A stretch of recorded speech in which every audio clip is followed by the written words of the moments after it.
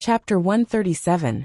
After the charity party, Grandpa Mu and Jun Linyuan went to the police station to visit Papa Mu. However, Papa Mu only wanted to see Grandpa Sheng, and he had nothing else to say. When Grandpa Sheng picked up the phone, he said, "Mu Chichi told me a secret before. Do you know what it is, Grandpa? Mu Tongxue is my daughter. She has nothing to do with the Shen family." Then I want to see you because I want to tell you this. If Mu Tongxue is humiliated in the Shen family, she will not be able to return to the Mu family. If you dare to take her in, I will kill every single one of them when I get out. Papa Mu threatened Grandpa Mu fiercely. If it wasn't for her, I wouldn't have become like this. Grandpa Mu did not show any expression. He just shrugged. I don't know who the person you are talking about is. Does she have anything to do with the Mu family? She made me become like this. I will not let her go. You should stay in prison. Reflect on yourself. Then Grandpa Mu turned around. But when he reached the door, he heard Papa Mu's voice. "Father, I'm sorry." Grandpa Mu did not say anything. He only moved his lips slightly. But he still left the detention center without looking back. Everything was over. Mu Chichi and Sheng Xiao were together now. He did not blame Mu Chichi. After all, the Mu family used to treat others badly. It was their retribution. As for Mu Tongxue, she was not part of the Mu family anymore. No one was allowed to mention her. Since Mu Tongxue was not a Shen, she would be kicked out of the Shen family sooner or later. Then, Grandpa Mu would wait for that day to come. At that moment, the whole world knew that Mu Tongxue was not a Shen. She was the only one who did not know. Ever since Grandpa Shen said that he would announce her identity as a Shen on the weekend. And with Third Aunt's support, she could sit and eat with the Shens now. Although they did not talk to each other. It was all thanks to Third Aunt's help. But the Shens still looked down on her. They would not talk to her. Moreover, she knew that the Shens were still comforting Rong Junhan. Just now, Grandpa Sheng and the brothers were discussing to invite eldest sister to our house, so that you can apologize to her in front of everyone. I don't know what the brothers are thinking. It's not like you have wronged eldest sister. Why would they ask you to kneel down? Third Aunt came to Mu Tongxue during her free time. No, she purposely came to Mu Tongxue to reveal the truth. Thank you, Third Aunt, for telling me these things so that I can be prepared. I will also say good things about you in front of Grandpa. Mu Tongxue was very familiar with the ways of the rich. The reason why Third Aunt was fawning over her was because she wanted her son to have a good future. After all, Grandpa Sheng's words carried a lot of weight in the military even after he retired. Then I'll have to thank you, Shui. Also, when that woman arrives, don't be afraid, understand? Thank you, Third Aunt. Want her to kneel down and apologize? What a joke. What did she do wrong? Her birth was not something she could decide. If she was really Shen Jianchuan's wife, she would accept it. But the problem was, Rong Junhan was just his fiancé. How could she, a real member of the Shen family, apologize to an outsider? What was she thinking? No matter how much help Rong Junhan had given to these people, she did not owe her anything. Why did she have to bear the consequences? It would be great if Mu Chichi was here. Mu Chichi was such a good person. She would definitely kneel down and apologize. But it was impossible for her to do it. Of course, Grandpa Shen did not agree to his son's suggestion. Actually, Mu Tongxue should thank Rong Junhan for taking care of Shen Jianchuan for so many years. But it was not appropriate for her to kneel down. Although he understood that the Shens wanted to appease Rong Junhan. Soon, Rong Junhan arrived at the Shen family. But she could not control herself. She covered her face and cried when she saw Mu Tongxue. There were only a few people in the house today. They were only the sisters-in-law of the Shen family. After all, the men had gone to work. The uncles told their wives to take good care of their sister-in-law. Soon, Grandpa Shen arrived at the living room. He looked at them and said, "Have a seat. Tongxue, you too. Junhan, the first reason I asked you to come here today is to apologize. After all, I did not consider your feelings. But please understand my position. I am the head of the family," said Grandpa Shen as he looked into Rong Junhan's eyes. Rong Junhan nodded. "I know you have done a lot for the Shen family all these years. Especially my son. With a daughter-in-law like you, I feel that I have no regrets in this life. However, it is also a fact that Jianchuan has a daughter. Moreover, according to the date, the twins were born before you got engaged. In other words, Jianchuan did not do anything to let you down. Before the marriage, isn't it all freedom? Don't worry. Do you understand? Rong Junhan was so stubborn. She would not accept it even before the engagement. The second thing is Tongxue. Go and pour a cup of tea for Aunt Rong. Grandpa Shen ordered Mu Tongxue. Yes, Grandpa. Mu Tongxue followed Grandpa Shen's order. She brought the cup of tea to Rong Junhan. But Rong Junhan did not say anything. She picked up the cup and smashed it on the floor. Then, the boiling hot water splashed on Mu Tongxue. Mu Tongxue screamed and took 2 steps back. Rong Junhan stood up and said, I'm not someone who can be dismissed with a cup of tea. Father, I've been trying my best to take care of everyone in the Shen family for so many years. Now that Jianchuan has a daughter like this, I can't accept it no matter what. But, Mu Tongxue suddenly said, Aunt Rong, it is also a fact that my sister and I exist. What do you want? I don't know why we were born like this. Is it my fault? Why do I have to bear your blame? Rong Junhan looked at Mu Tongxue in disbelief. Are you talking to me? You are not qualified. Then, Rong Junhan gave Mu Tongxue a slap. Why can't I blame you? You'll have to ask your great mother. Junhan, you are too much. Grandpa Shen stood up and said, No one talks to me like that. Does she think that she is the daughter of the Shen family? Chapter 138. Rong Junhan was shocked when she heard what Mu Tongxue said. The Shuns widened their eyes in shock. The Shuns had always respected Rong Junhan. No one dared to talk to her like that. Mu Tongxue was the first one.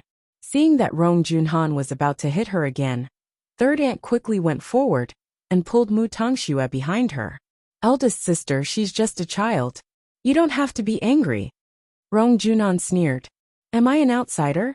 Sister-in-law, don't be angry. What Tongxue said isn't completely unreasonable. After all, she can't choose her birth. You can't blame her, right? What about all the hard work I've done for the past 10 years? Rong Junhan asked third aunt. But this is big brother's daughter after all. Actually, it's not that I can't give in. Since the 2 sisters already exist, I have nothing to say. No matter how hurt I am, I have to accept it. However, I won't allow them to stay in the Shen family. As long as they don't let me know and don't appear in my sight, I'll pretend that I don't know about them. But if the flesh and blood of the Shen family is not in the Shen family, where should it be? Third aunt continued to ask. Since I am a member of the Shen family, I will be where I should be.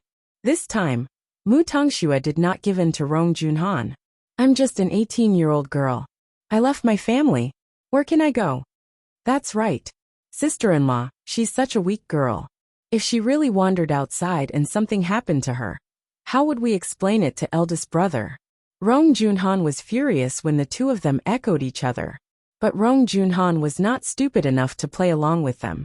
She asked Grandpa Shen directly, Father, can't you agree to my request? If you want to admit it, I can't stop you. But I just don't want her to live in the Shen family. She can live anywhere she wants as long as she doesn't appear in my sight. Is this an extravagant request? Grandpa, Mu Tongxue stared at the old man, refusing to budge. Chi-Chi has no intention of returning to the Shen family, but Tongxue has nowhere to go. Since she is a member of the Shen family, I will naturally take responsibility until the end. Ha! Rong Junhan sneered. Let's wait and see this weekend. After that, Rong Junhan carried her bag and left the Shen family. Mu Tongxue covered her scalded skin and turned around to look at Grandpa Shen.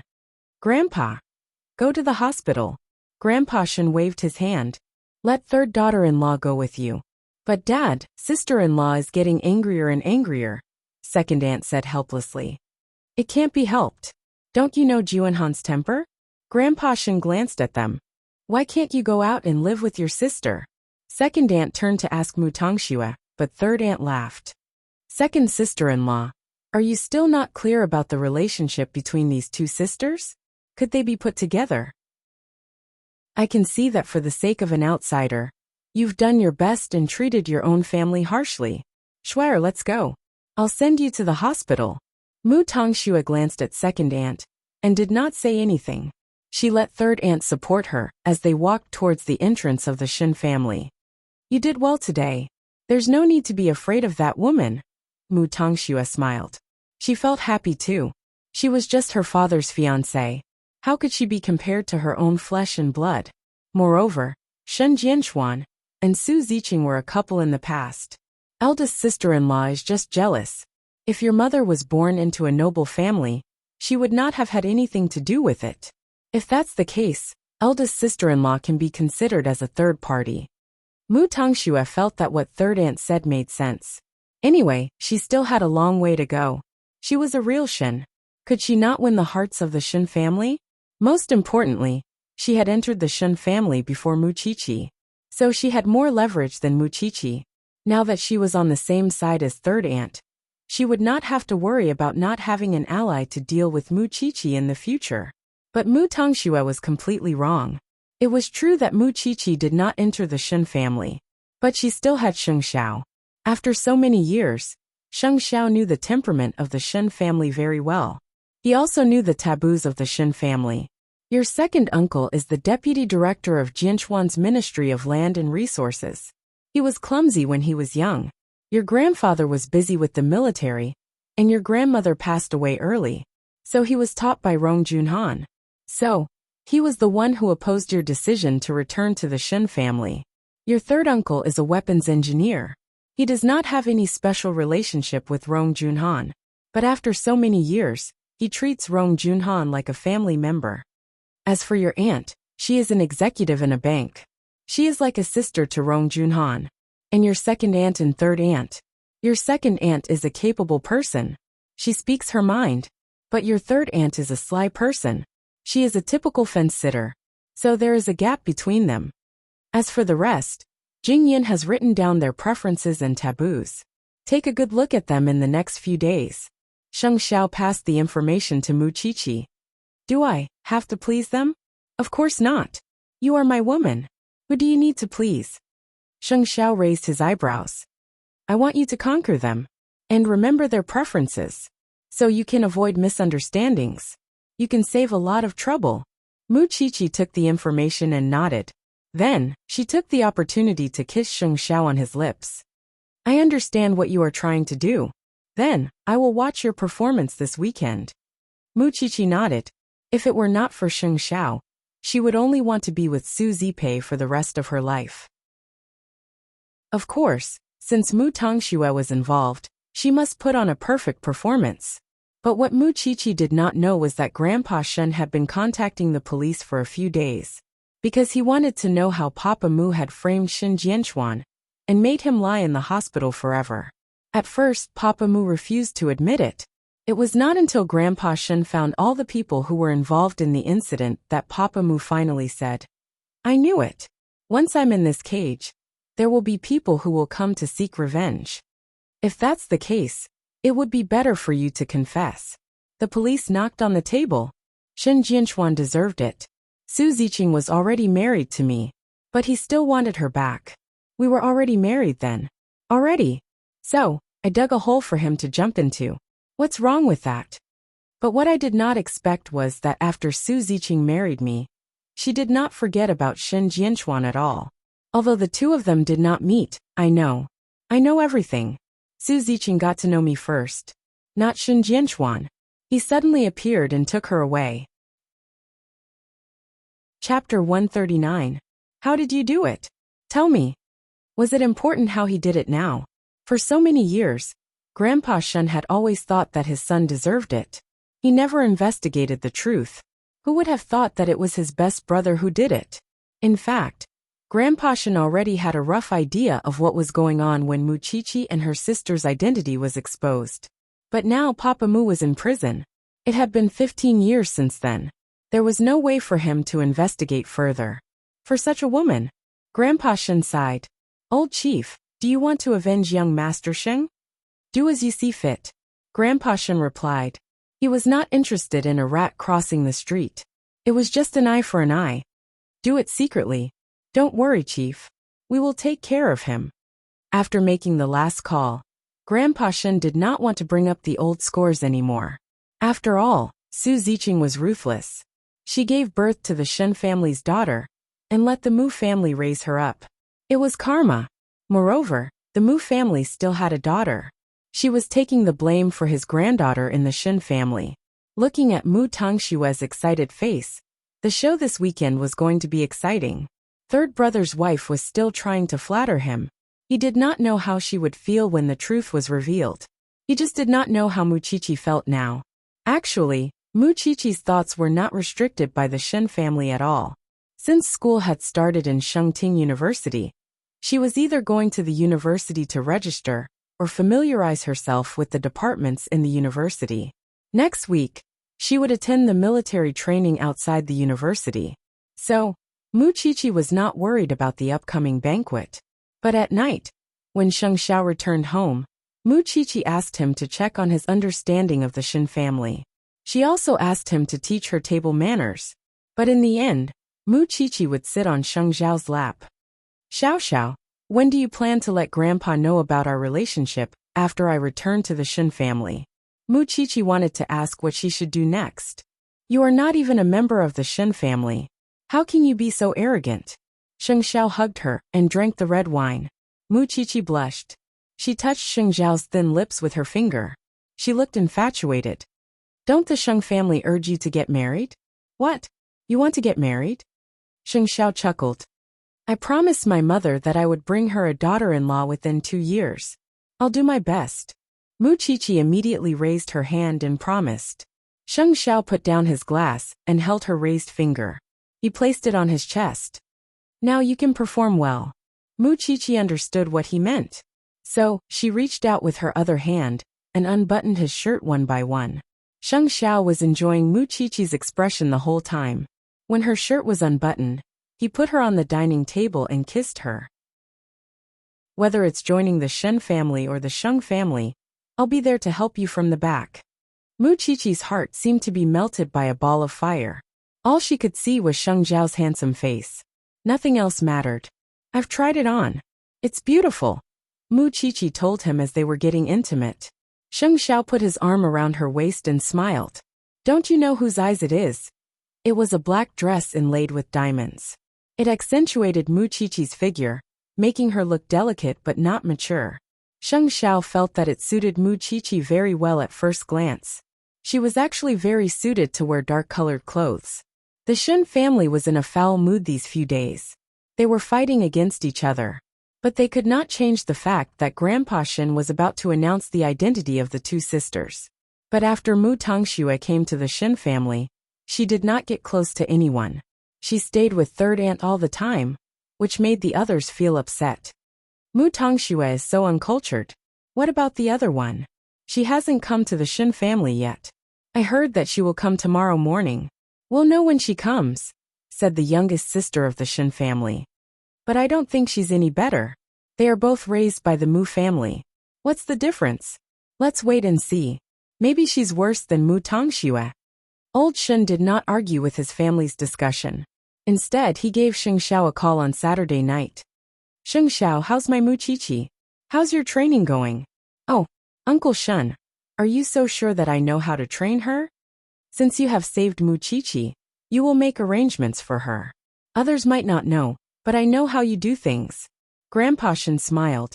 I'm more assured that Mu Qiqi is in your hands than anyone else's. Uncle Shen, don't trust me too much. I'll send someone to pick Mu Qiqi up tomorrow morning. You must let Jing Yun sing well for tomorrow's show, because it was not suitable for anyone to expose Mu Tongshue's identity. But Jing Yun was fine. When the ceremony started, Jing Yun just needed to say something. Then Mu Tongxue would be doomed eternally. Sheng Xiao hung up the call with Grandpa Shen. But he was even harsher to Mu Qiqi in his arms. His little one was leaving for the war tomorrow, but he could not be by her side. Mu Qiqi was sweating all over. She could only cling on to Sheng Xiao's neck weakly. Her eyes were blurred. The next morning, Sheng Xiao sent Mu Qiqi back to the small mansion. When Su Zipei saw that Sheng Xiao did not leave even after a while, she said, Don't worry, young Master Sheng. Jing Yun and I will take good care of Mu Qiqi today. Mu Qiqi squeezed Sheng Xiao's hand. Don't worry. I know what to do today. Sheng Xiao turned to leave. But he still wanted to go to the Shun's house and join in the fun. Although he had told Mu Qiqi a lot, and Grandpa Shun was there to protect her, the others did not treasure the little one.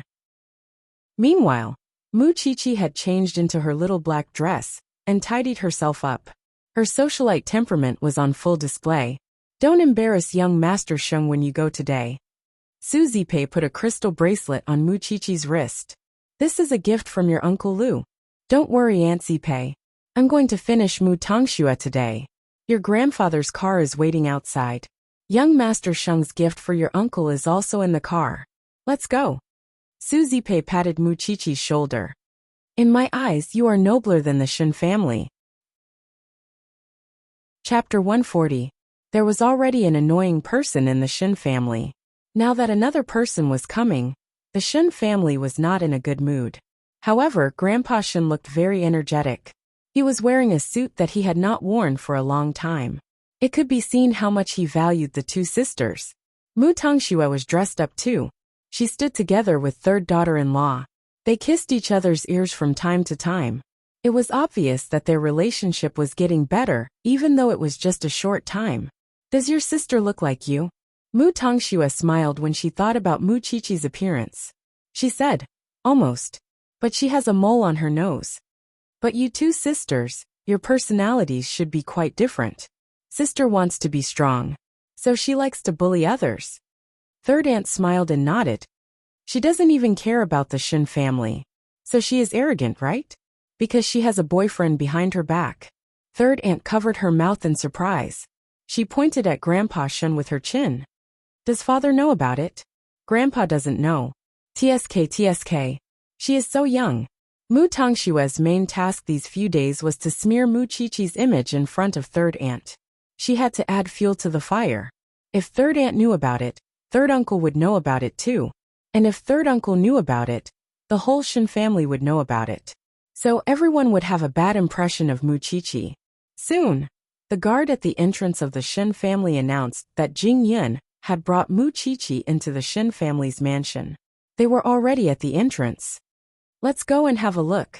Grandpa Shun said to the Shun family. She is just a junior. Does she need an elder to welcome her personally? Second aunt said unhappily. Father, you should have a limit when you love her. It is Mu Qiqi's first time coming to the Shun family. As an elder, shouldn't you be more tolerant and encourage your juniors? The Shun family did not say anything. They followed Grandpa Shun to the entrance of the mansion, including Mu Tongxue and third aunt. A moment later, a pretty girl wearing a small black dress got out of the car. She had an extraordinary temperament. Everyone knew who she was. There was no need to remind them, because she looked similar to Mu Tongxue. Still, no one expected that their faces were so similar, but their auras were so different. Mu Tongxue was born into a rich family, but her temperament was rather tacky. Still, Mu Qiqi gave off a very different feeling. It was as if she was born to be so noble. Her expression was calm and unruffled, and she did not seem to lose to those young ladies in the outside world at all. Everyone looked at Mu Qiqi, and then at Mu Tongxue. The difference was too big. On the other hand, Grandpa Shun was very satisfied. Old Shun, I've sent him here. Since it was Jing Yun who escorted Mu Qiqi, he walked to the old man first and bowed slightly. Thank you for your hard work, Jing Yun. Please thank your young master for me. Grandpa Shun said happily. Then he said to Mu Qiqi, Child, come here. Come to Grandpa. Mu Qiqi smiled and walked to the Shun family. She bowed deeply to them and said, Sorry to disturb you. Child, you don't have to be so polite when you're returning to your own home. Grandpa Shun, although I have the blood of the Shun family flowing in my veins, I don't live with the other uncles of the Shun family. I have to apologize for disturbing the peace of the Shun family. Mu Qiqi said to Grandpa Shun with sincerity. The Shun family looked at each other. Mu Qiqi had a sense of propriety and knew the big picture. She was much better than Mu Tongxue. So there was no need to believe what Mu Tongxue had said about Mu Qiqi. So the Shun family's face became a little better. All right. You should wait until we go inside. Grandpa Shun pulled Mu Qiqi to his side. You have started school, haven't you? Yes. I will join the military training next week. Mu Chichi answered Grandpa Shen as she walked. So, I came here today to see you, apart from causing trouble for the other uncles. This child, Grandpa Shen was very satisfied with Sheng Zhao's teaching. He thought that Mu Chichi was a little dull the last time they met, but she could handle herself when it came to big occasions. The Shen family's displeasure slowly disappeared after listening to Mu Chichi's words. They were comforted to see that Mu Chichi was so sensible. The family entered the living room and sat down. Then Grandpa Shen introduced Mu Chichi. This is second uncle. Mu Chichi was the first to speak. You know him? Jing Yun told me that the thin but energetic man is second uncle. He is always tired because he does everything by himself. The tall and strong man is third uncle. The one who looks like grandpa the most is youngest aunt. Second aunt is straightforward and third aunt is meticulous. So it should be these two. Mu Chichi introduced herself to the elders. Nice to meet you, uncle, aunt and youngest aunt. I am Mu Chichi. This child. I really can't hate her. Second aunt's words revealed her true thoughts, although she really wanted to hate Mu Chichi's existence. Be firm. Second uncle leaned on second aunt's arm. Do you want to betray eldest sister-in-law? Mu Chichi smiled when she heard that. She told the elders what she was thinking. I know that our appearance has brought a lot of trouble to the Shen family, because I know that Aunt Rong has worked hard all her life. She is like a family to all the uncles. So, I came here today to make my stand clear. If Grandpa did not summon me, I will not appear in front of you. Please don't worry. The Shen family breathed a sigh of relief at Mu Chichi's words. At the very least, one of the two sisters was a sensible one. Mu Chichi, you are really different from what I heard. Second aunt was a straightforward person.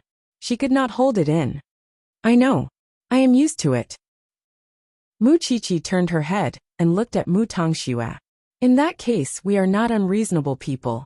Since you have made your stand clear, we will make our stand clear too. The Shen family has always valued kindness. Moreover, it is a relationship that has lasted for more than 20 years. So it is impossible for us to cut ties with eldest sister-in-law.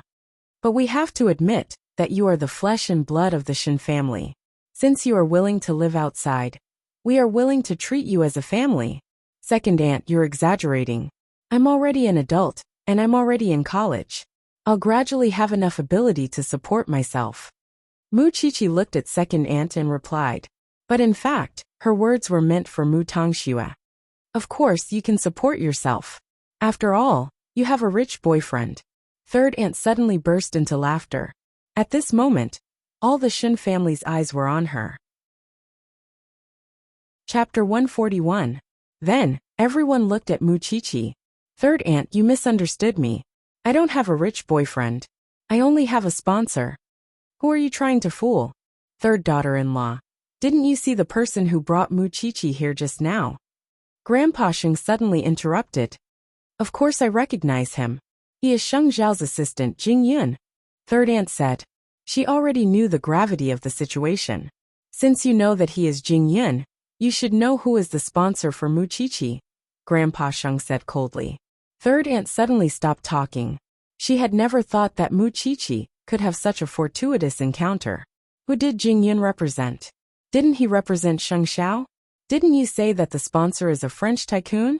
Mu Tongxue changed the topic to the possibility that Mu Chichi was lying. I never said that my sponsor is French. I'm afraid the Mu family is the one who investigated it. Mu Chichi refuted Mu Tongxue with little effort. Actually, the person who sponsored me was assistant Jing Yun of the Sheng family. The Sheng family is our enemy. But when I was homeless, it was the Sheng family who took me in and took care of me. Mu Chichi smiled. Or do you want me to tell the truth to all the elders here? But I don't think it is necessary to waste everyone's time, right? The gap between them was huge. Especially when they were talking, Mu Chichi's calmness and Mu Tongxue's pressuring attitude were worlds apart. They had completely different attitudes and lives. Why are these two sisters so weird? Why do they look like they hate each other? After hearing what third aunt said, Mu Tongxue lowered her head and cried. She did not care whether the others cooperated or not. It was as if the whole family was bullying her. Why are you crying all of a sudden? Third aunt quickly wiped Mu Tongxue's tears. How much have you been wronged? Third aunt, I am fine. I am used to it. If both of them were used to it, then who was telling the truth? Mu Qiqi ignored him and pointed at the gifts Jing Yin had brought in. I've brought some gifts for our first meeting. I hope you'll like them. You're just a child. Why do you need to prepare these things? The old man felt that he had a lot of face. Mu Qiqi and Mu Tongxue were on completely different levels when it came to handling things. It's my first time here, so I can't go empty-handed. I just hope that uncle will like it. What do you think of this child? The old man was satisfied. He turned to look at his children. I didn't embarrass you, did I? This child knows the big picture and knows his limits. Did he make you feel bad? They looked at each other but didn't say anything. But at that moment, Rong Junhan rushed into the Shin family. After all, she was the eldest sister-in-law of the Shin family. So it was not inappropriate for her to do that. When Rong Junhan arrived, third aunt and Mu Tongxue looked at each other. They knew what was going on. They knew that Mu Qiqi would be in big trouble soon. If he could make the Shin family happy, then what about the one who was the most difficult to please? Mu Tongxue had been humiliated before. But before Rong Junhan sat down, Mu Qiqi bowed deeply to Rong Junhan. What are you doing? Rong Junhan did not expect Mu Qiqi to do that. To make you feel better, said Mu Qiqi. She straightened her back. Oh, don't you think that I'm just an outsider and you're the real Shin? Is there really no need for you to bow down to me? Rong Junhan glanced at Mu Tongxue from the corner of her eyes. Then she asked Mu Qiqi. Of course, she was mocking Mu Tongxue. To the Shin family, I'm just an outsider. How can blood relations compare to decades of companionship? Mu Qiqi answered smoothly. Don't you think that you're innocent? But I think it's harder for Aunt Rong. After hearing Mu Qiqi's answer, Rong Junhan looked at her from head to toe and smiled. You've both grown up in the Mu family. Why is there such a big difference? Mu Tongxue's expression changed slightly, because Mu Qiqi had changed so much in such a short time. She seemed to not know Mu Qiqi anymore. She used to be such a weak girl. But now, she had become so considerate and considerate. Wasn't it a slap to her face? Even Rong Junhan did not give her a hard time. Who was the one who taught her? Mu Qiqi stood in front of Rong Junhan, as if she was being punished. But Mu Qiqi did not complain at all, because she knew that once Rong Junhan had vented her anger, she would feel better. Then, she would be reasonable. Sure enough, after 3 minutes, Rong Junhan nodded and said to Mu Qiqi, You're a brave one. You're better than some people. Mu Tongxue's eyes were filled with tears. But she could not cry. Perhaps she was too good at acting just now. Because she hated Mu Qiqi. It was as if Mu Qiqi knew what the Shin family wanted. She would give them whatever they wanted. Wasn't it because she had done her homework beforehand? Sister, who did you learn from? Let me learn from you. Otherwise, I will always feel guilty if I make the elders unhappy. But Mu Qiqi ignored Mu Tongxue's question. She said to Grandpa Shin directly, Grandpa, please allow me to give the gifts to all the uncles. Go ahead, said Grandpa Shin. Mu Tongxue was ignored by Mu Qiqi just like that. So she was even more indignant. She stood in front of Mu Qiqi and said, Sister, don't you think it's too much to treat me like this? I'm talking to you. Today is a good day. I don't want to quarrel with you. So you should be more conscious. Don't cause trouble, said Mu Qiqi directly. I'm also a member of the Shin family. What gives you the right to ignore me and look down on me? Why are the sisters quarreling all of a sudden? Third aunt knew that it was not the right occasion. So she quickly pulled Mu Tongxue to her side. There are guests at night. You don't have to quarrel with her now. When the time comes, you can show your consideration and make your grandfather proud. That's more important than anything else. Do you understand? Mu Tongxue clenched her fists tightly. She held back her tears and glared at Mu Qiqi fiercely. She did not say anything. Don't worry. It's not night yet. I have an idea. Third aunt calmed Mu Tongxue down. You're not her opponent now. Don't make everyone hate you. It's not worth it. Chapter 142. Mu Qiqi did not care about Mu Tongxue at all. Everyone in the Shen family was looking at Mu Qiqi. So no one noticed that Mu Tongxue was taken away by third aunt. I heard that you are studying forensic science. How did a girl like you come into contact with corpses? Second aunt asked Muchichi. You will smell rotten all the time. It will be hard for you to find a boyfriend. When Grandma passed away, Mu Tongxue and I were there. But we did not have any evidence. So I was slandered for killing Grandma. I was even chased out of the family. Then someone told me that I could study forensic science. From then on, I found my goal. There is nothing wrong with studying forensic science. At least I can speak for the dead. You have an idea. Second aunt had a better understanding of the child now. Most importantly, it was because Rong Junhan did not reject Muchichi. But I did not expect that you two have such a deep grudge against each other. Muchichi smiled faintly. Actually, her grudge against Mu Tongxue was not just a little bit. Grandma's death, the exchange of their grades and Mommy's death, were enough for her to cut Mu Tongxue into pieces. And today, she was here to cut her into pieces. Mu Tongxue and third sister-in-law are quite close now. But they disappeared in such a short time. Don't worry about it. Let's talk. Grandpa Sheng called Muchichi to his side. Since you have decided to become a forensic doctor, you must do well in front of Grandpa. Of course, I will be responsible for my own life. Do you have a boyfriend? Second aunt could not help but ask Muchichi more questions. I think it is too early for children nowadays to fall in love. In the living room, the elders and Muchichi were having a heated conversation. Third aunt brought Mu Tongxue to her room and persuaded her. Silly girl, why are you so impatient?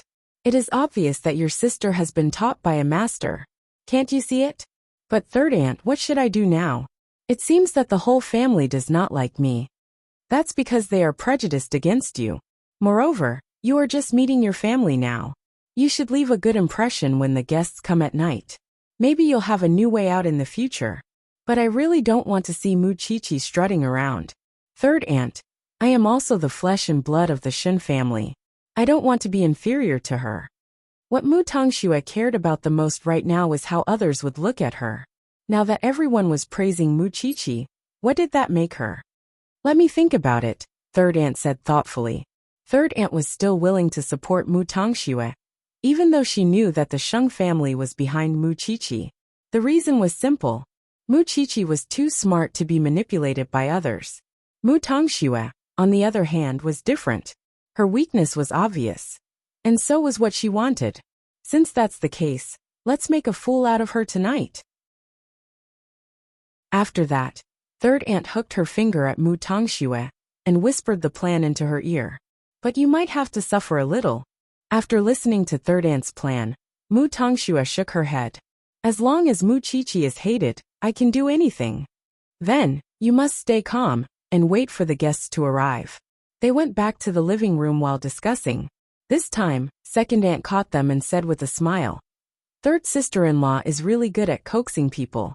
Mu Tongxue seems to be in a better mood now. Mu Tongxue is a straightforward person. It's inevitable that she will offend people.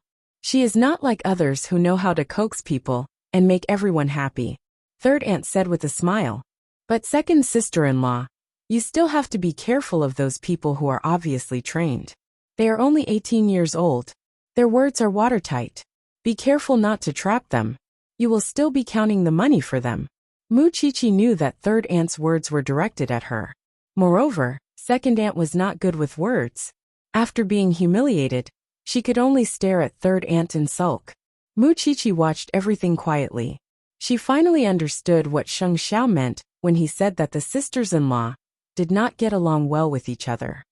This person has not returned to the family, and you are already in a hurry to pick sides? Grandpa Shen could not help but snort. Is this worth quarreling with? Let's go and see the gifts Muchichi brought for you. They are all carefully prepared by her. But actually, the person who prepared the gifts was Jing Yun. It had nothing to do with her. Then second uncle said in surprise, It's my favorite Da Hong Pao. Second aunt quickly opened her gift when she heard that. This massager can only be found overseas. It has been out of stock for a long time. This gift is indeed meticulously prepared. She even knows what everyone likes. This niece of mine is really thoughtful. Third aunt took the opportunity to mock them. Since you like it so much, I will give you my share. Tongxue, you are so honest. How can it be compared to this? Mu Chichi did not say anything. She looked at Grandpa Shun. The show was getting more and more interesting. All right, let's go. Chichi will accompany Grandpa around. The others can do whatever they want. Then, Grandpa Shun stood up and brought Mu Chichi to his fish pond. He asked Mu Chichi, "You know very well that Mu Tongxue is not a member of the Shin family, right?" "I know very well," said Mu Chichi. "Do you have to wait until the last moment to reveal the truth?" "Grandpa, this person killed Grandma and Mommy. I can forgive anyone but her. She must pay the heaviest price." "Then, do you know who caused your father to become a vegetable?" Grandpa Shin asked her again. But before she could answer, he said, "That scum from the Mu family. Have you figured it out?" Grandpa Shin put his hands behind his back and nodded. "There will be many guests tonight. But I will let you perform tonight." "Grandpa, do you really think that Mu Tongxue will not play any tricks?" "As for what tricks she would play, it would depend on the afternoon. In order not to have too much contact with the Shin family, Mu Chichi and Grandpa Shin just fished by the fish pond. It was a kind of family reunion. In the afternoon, the guests arrived at the Shin family's house one after another. Soon the sky started to darken. Soon, the reunion banquet was about to begin. The guests were already full, but no one expected Sheng Xiao to rush over from Huang Yao. He was still worried about his little one. "Young Master Sheng is here. Sheng Xiao." The guest saw Sheng Xiao, but he went straight to the garden to find Grandpa Shun and Mu Chichi. Chapter 143. Why are you here? Grandpa Shun asked curiously. "Aren't you busy in Huang Yao today?" "I have to come and join in the fun. Otherwise, I won't get any benefits after taking care of your granddaughter for so long." Sheng Xiao raised his eyebrows. Grandpa Shun looked at the time and nodded. "Since all the guests are here, it's time to go." Grandpa Shun did not let Mu Chichi and Mu Tongxue show up earlier. They were the most important people. Of course, they should only show up at the most crucial moment. "Let's go."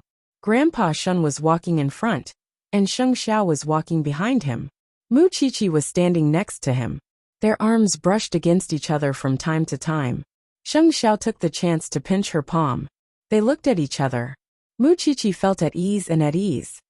"Grandpa Shin, Xiao Xiao was here. Xiao Xiao was here."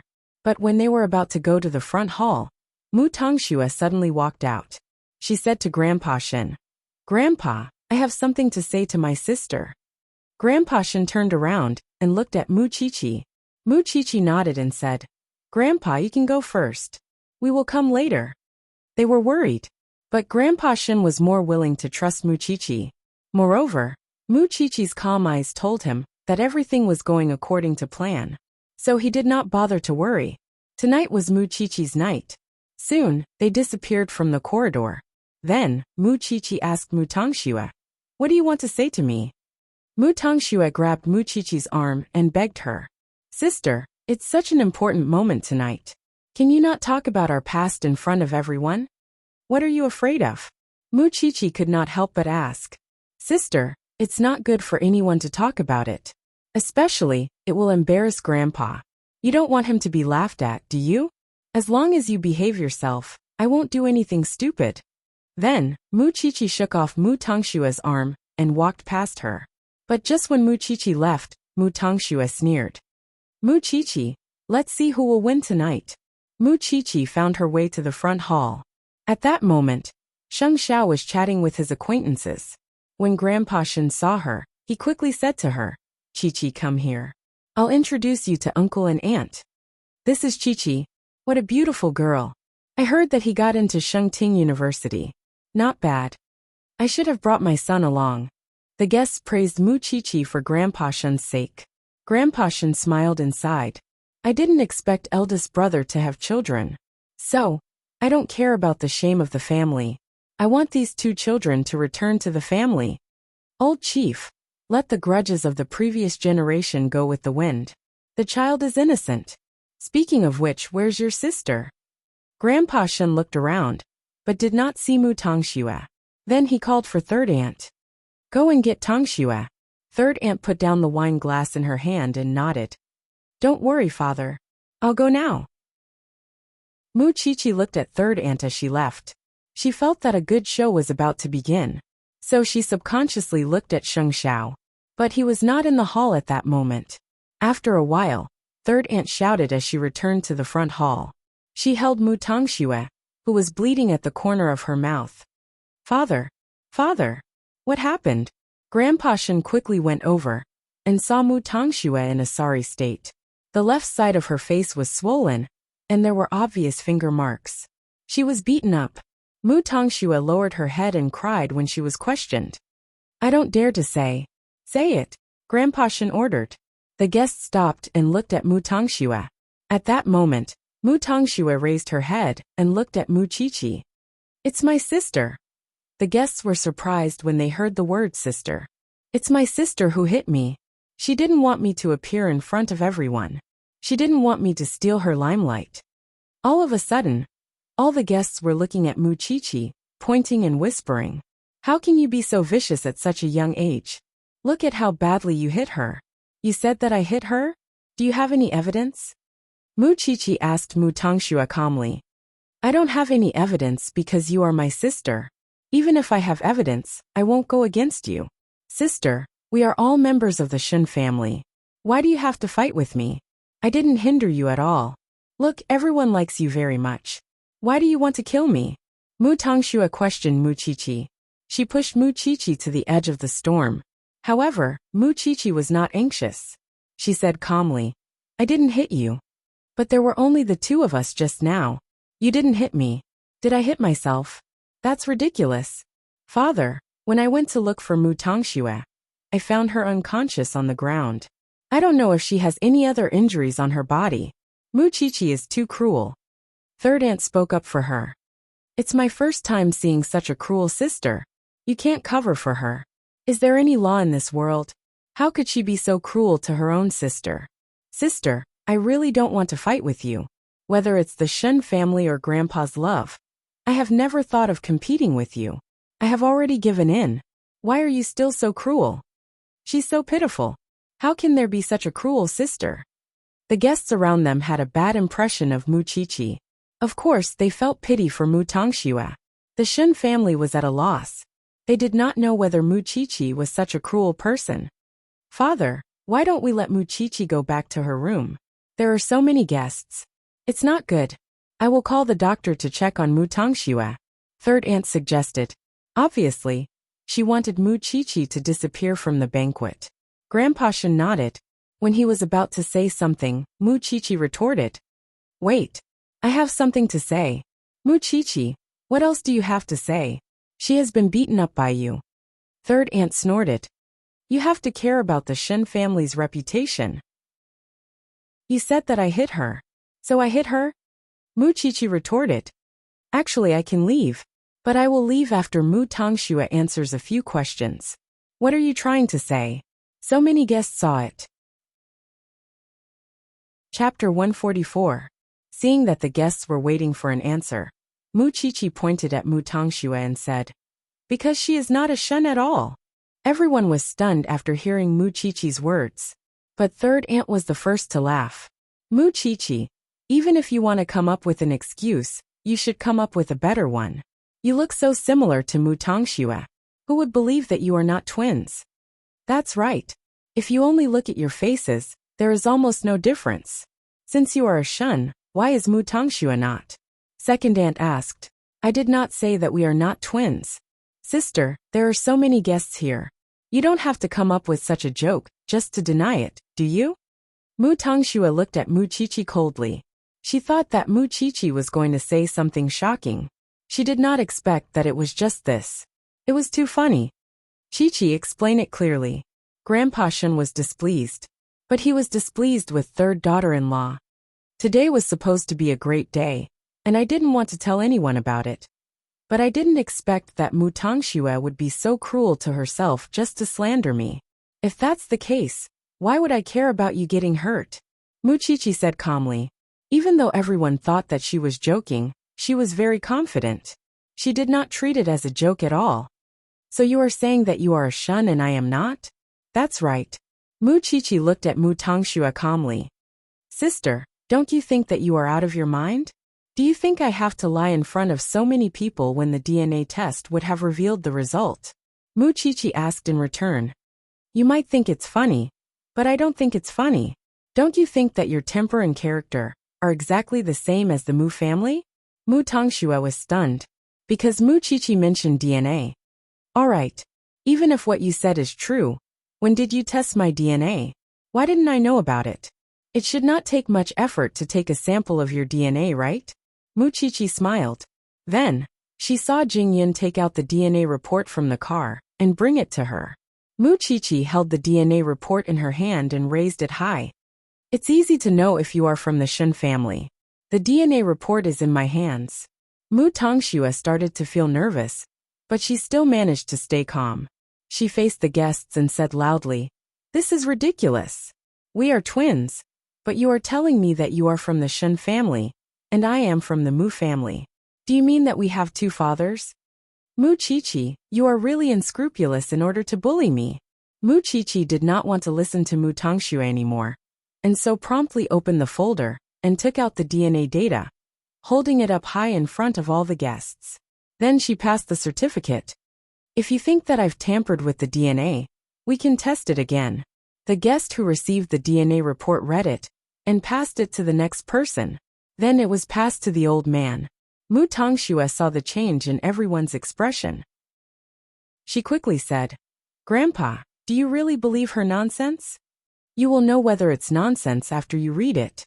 Then, Grandpa Shen asked Third Aunt to pass the DNA report to Mu Tongxue. At the same time, Third Aunt took the DNA report and read it. Then her expression changed. This is actually real? Mu Tongxue quickly snatched the report and read it. I just got this report.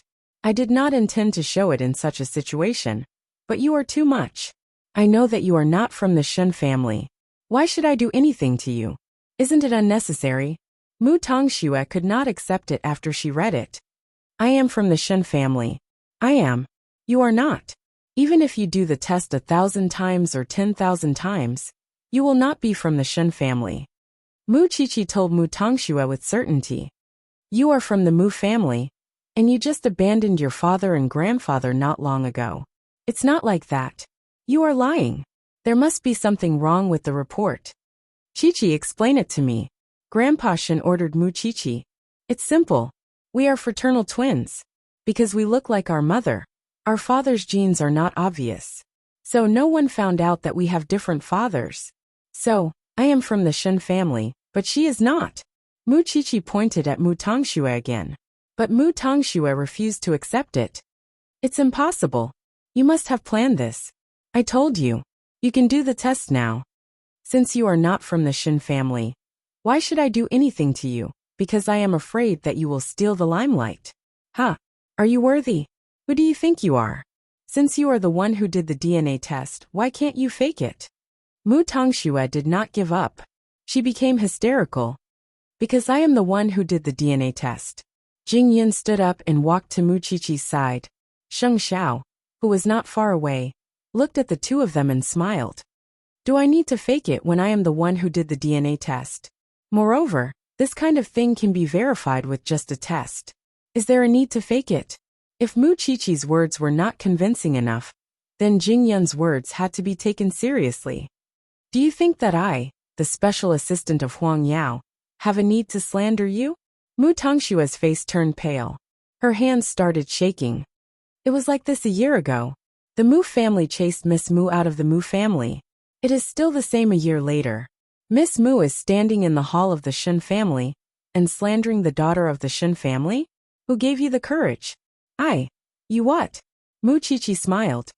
Do you really think that you are a member of the Shen family? I have never thought of marrying into the Shen family and messing up their lives. But you do not belong to the Shen family. And you never will. Mu Tongxue fell to the ground helplessly. She could not accept it no matter what. It's impossible. I am a member of the Shen family too. Seeing this, Third Aunt could not help Mu Tongxue at all. After all, Mu Tongxue was not the daughter of the Shen family.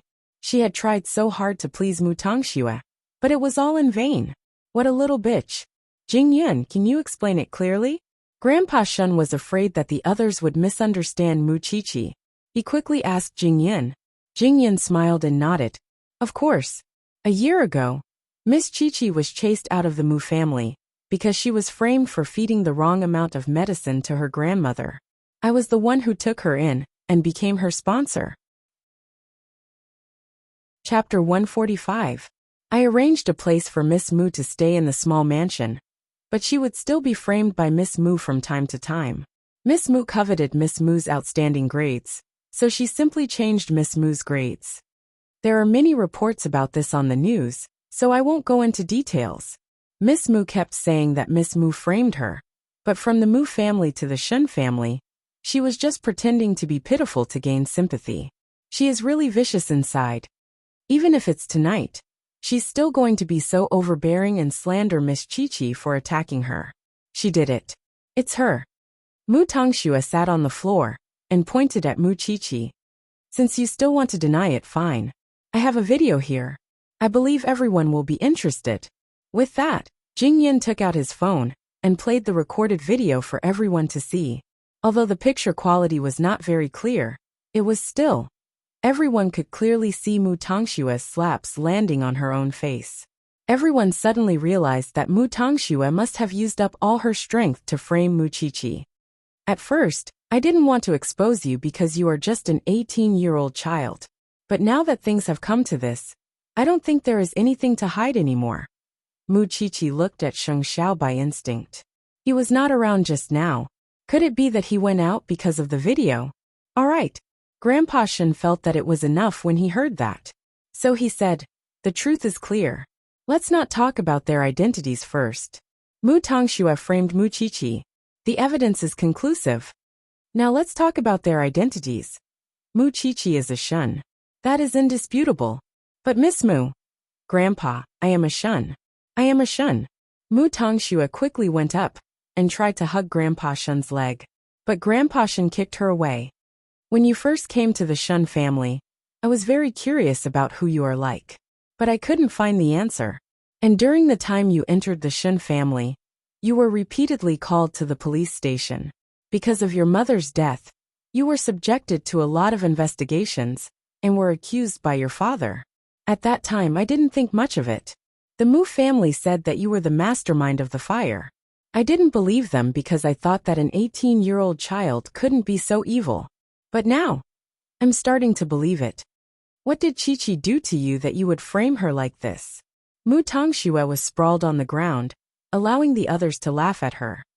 Oh my God! How cruel is this girl to kill her grandmother, frame her sister, and plot against her own mother? That's right. Isn't such a person a little too terrifying? Hearing the discussions around her, Mu Tongxue struggled and finally stood up.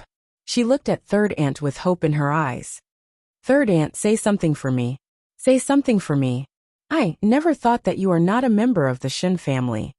It was obvious that Third Aunt retreated. Am I worthless just because I am not a member of the Shin family? Mu Tongxue retorted. Can you trample on me just because I am not a member of the Shin family? But Third Aunt ignored her. She walked up to Mu Chichi and said apologetically, Chichi, I'm sorry. I didn't get it right. It's all because of this little girl. Please don't take it to heart. Didn't Third Aunt say that I was being ridiculous just now? Mu Chichi did not appreciate it. I'm just being silly. You are not silly. You are smarter than anyone else. You know that I am not easy to control. So you tried to suck up to Mu Tongxue. It's because you never thought that Mu Tongxue is not a member of the Shin family. Mu Chichi smiled at Third Aunt. Am I right? Humph. Second Aunt sneered when she saw that. Since this girl is not a member of the Shin family, there is no need to keep her in the Shin family. After all, this night belongs to Chi-Chi. I'm afraid that the others who are not involved will be kicked out. Mu Tongxue quickly waved her hand when she heard what Second Aunt said. Don't kick me out. I have nowhere to go. But you are not a member of the Shin family. Mu Tongxue panicked. She quickly knelt down in front of Mu Chichi. Sister, please beg everyone. Please let me stay. I don't want to go out and suffer. I have nothing now. Mu Chichi stood still. After a while, she lowered her head and said to Mu Tongxue, You are not a member of the Shin family. Just treat me as one. I can be a servant. As long as you let me stay, I can do anything. Instead of begging me here, why don't you go back and beg Grandpa Mu? Maybe he will take you in, because you are related by blood. Mu Chichi pinched her chin and said coldly, Mu Tongxue, everything that happened today is your own doing. You can't blame anyone. Although the law will not let you be responsible for Mommy's death, you will have to pay for what you did today. Of course. Mu Chichi whispered the last sentence into Mu Tongxue's ear, so no one could hear her. Throw her out. Grandpa Shun could not stand Mu Tongxue's drama anymore, so he gave the order to the Shuns. The Shuns were happy to see it happen, especially second aunt. Mu Tongxue had been so arrogant for so many days. Now it turned out that she was not a member of the Shin family. She felt embarrassed for her.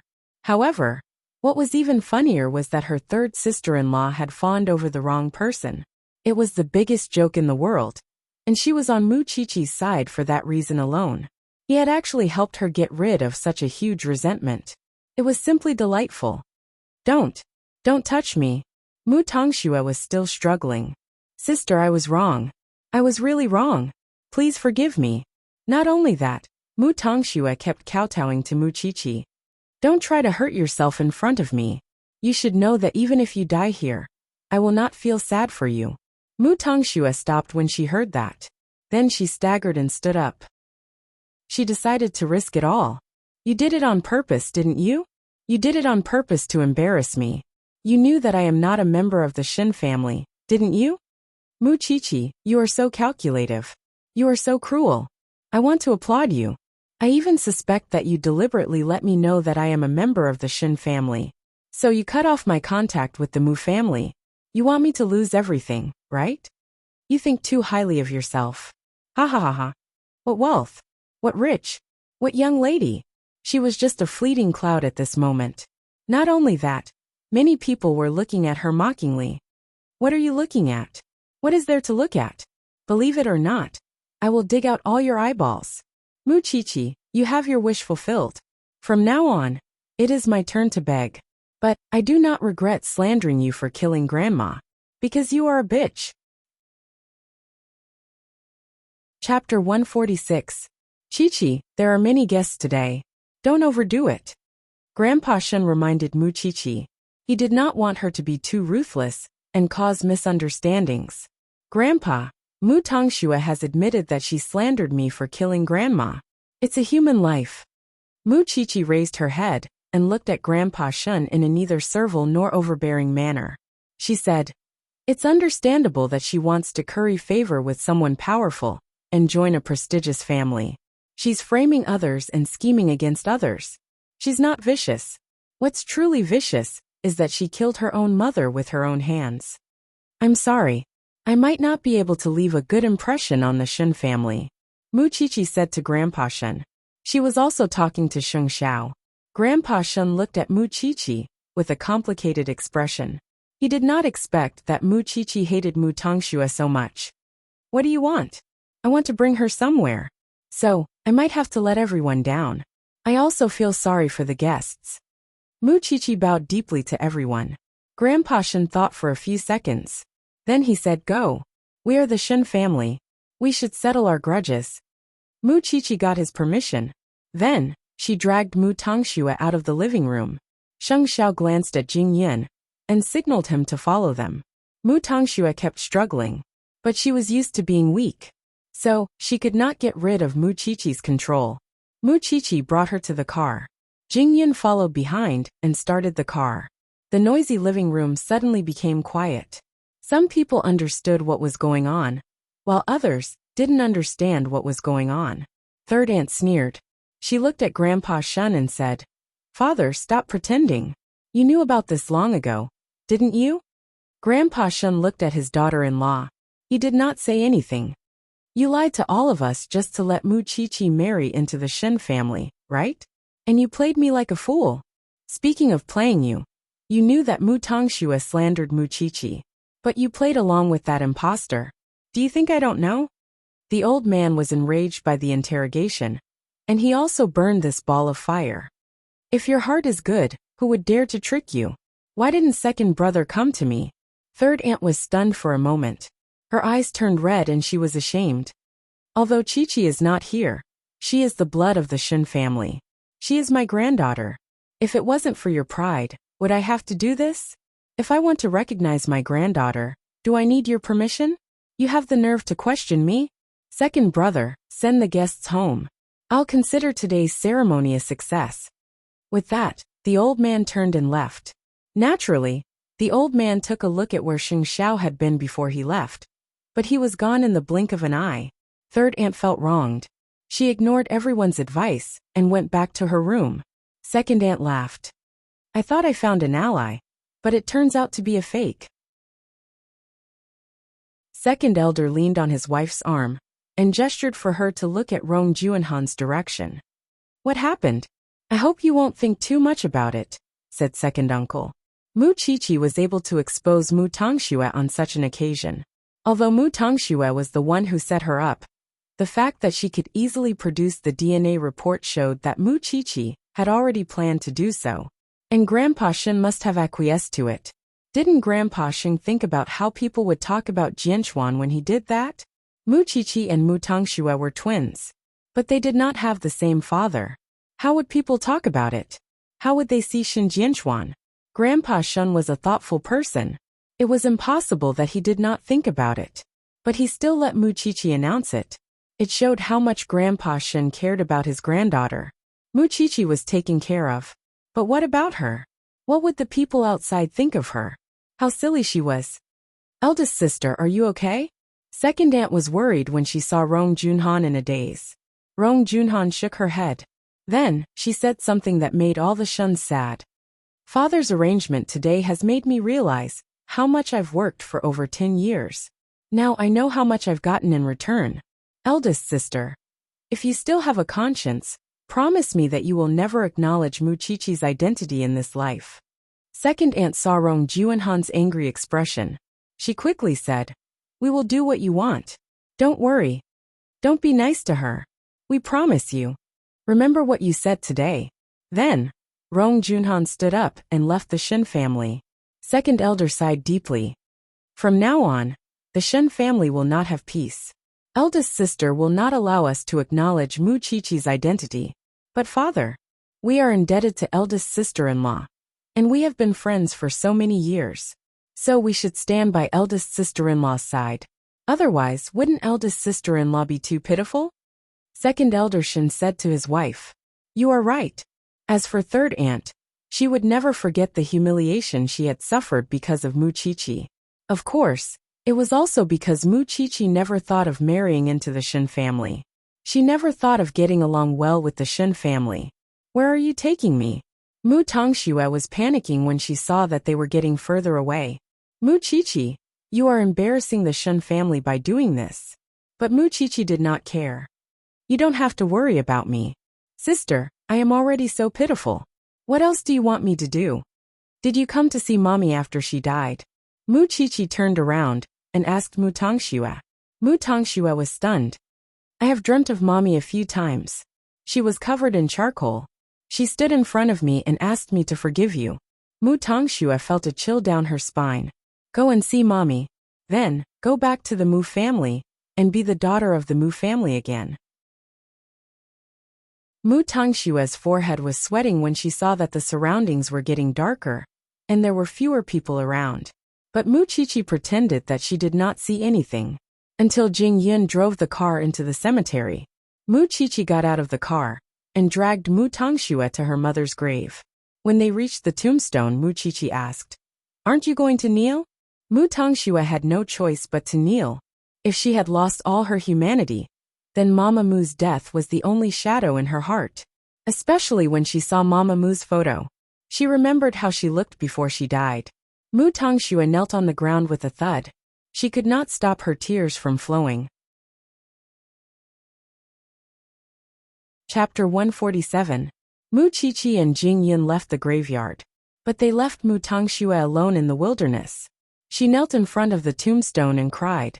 She did not know when Mu Chi-Chi and Jing Yun left her. Mu Tongxue turned around and saw no one behind her. Then, She saw the picture on Mother Mu's tombstone. She was scared out of her wits. She quickly ran towards the entrance of the graveyard. But the iron gate was locked. Open the gate. Open the gate. There was nothing more chilling than standing in front of the tombstone of the person you had killed. Mu Tongxue thought of making a phone call. She took out her phone and opened her address book. But who else could she contact now? After all, she was still a member of the Mu family. So she called Grandpa Mu shamelessly.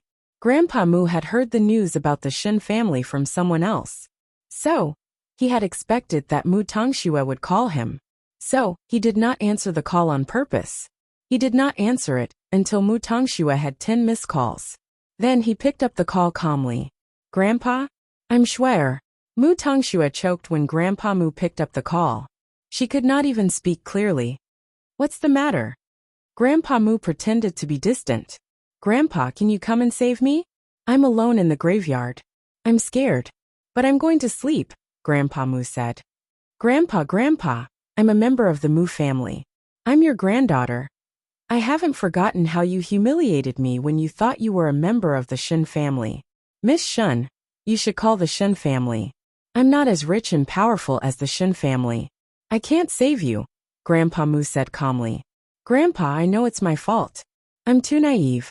I shouldn't have treated you like that. But I didn't mean it. I've been chased out of the Shen family. I'm penniless and locked in the graveyard. I'm really scared.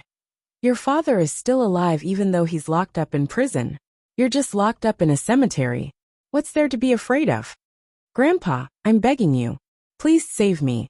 Grandpa Mu nodded and said, Okay. You agree? Mu Tongxue was crying tears of joy.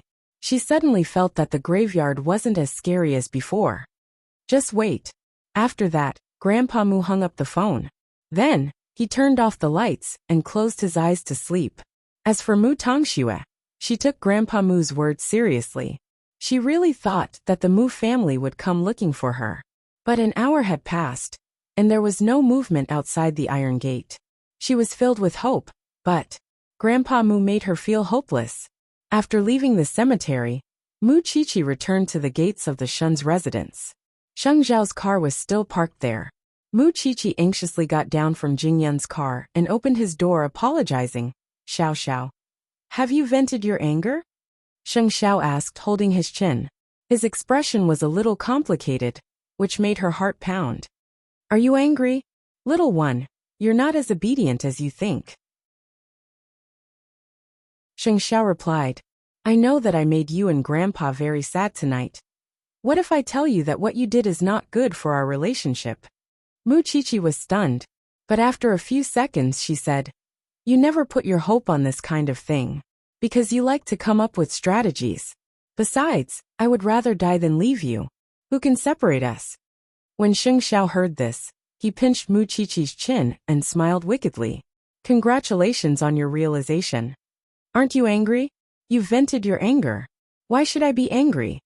Sheng Xiao let go of her chin and gestured for her to get down from the car.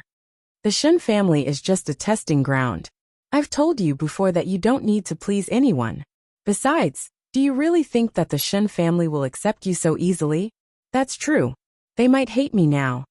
How did you deal with Mu Tongxue? I locked her in the graveyard. Let her repent in front of Mommy's grave.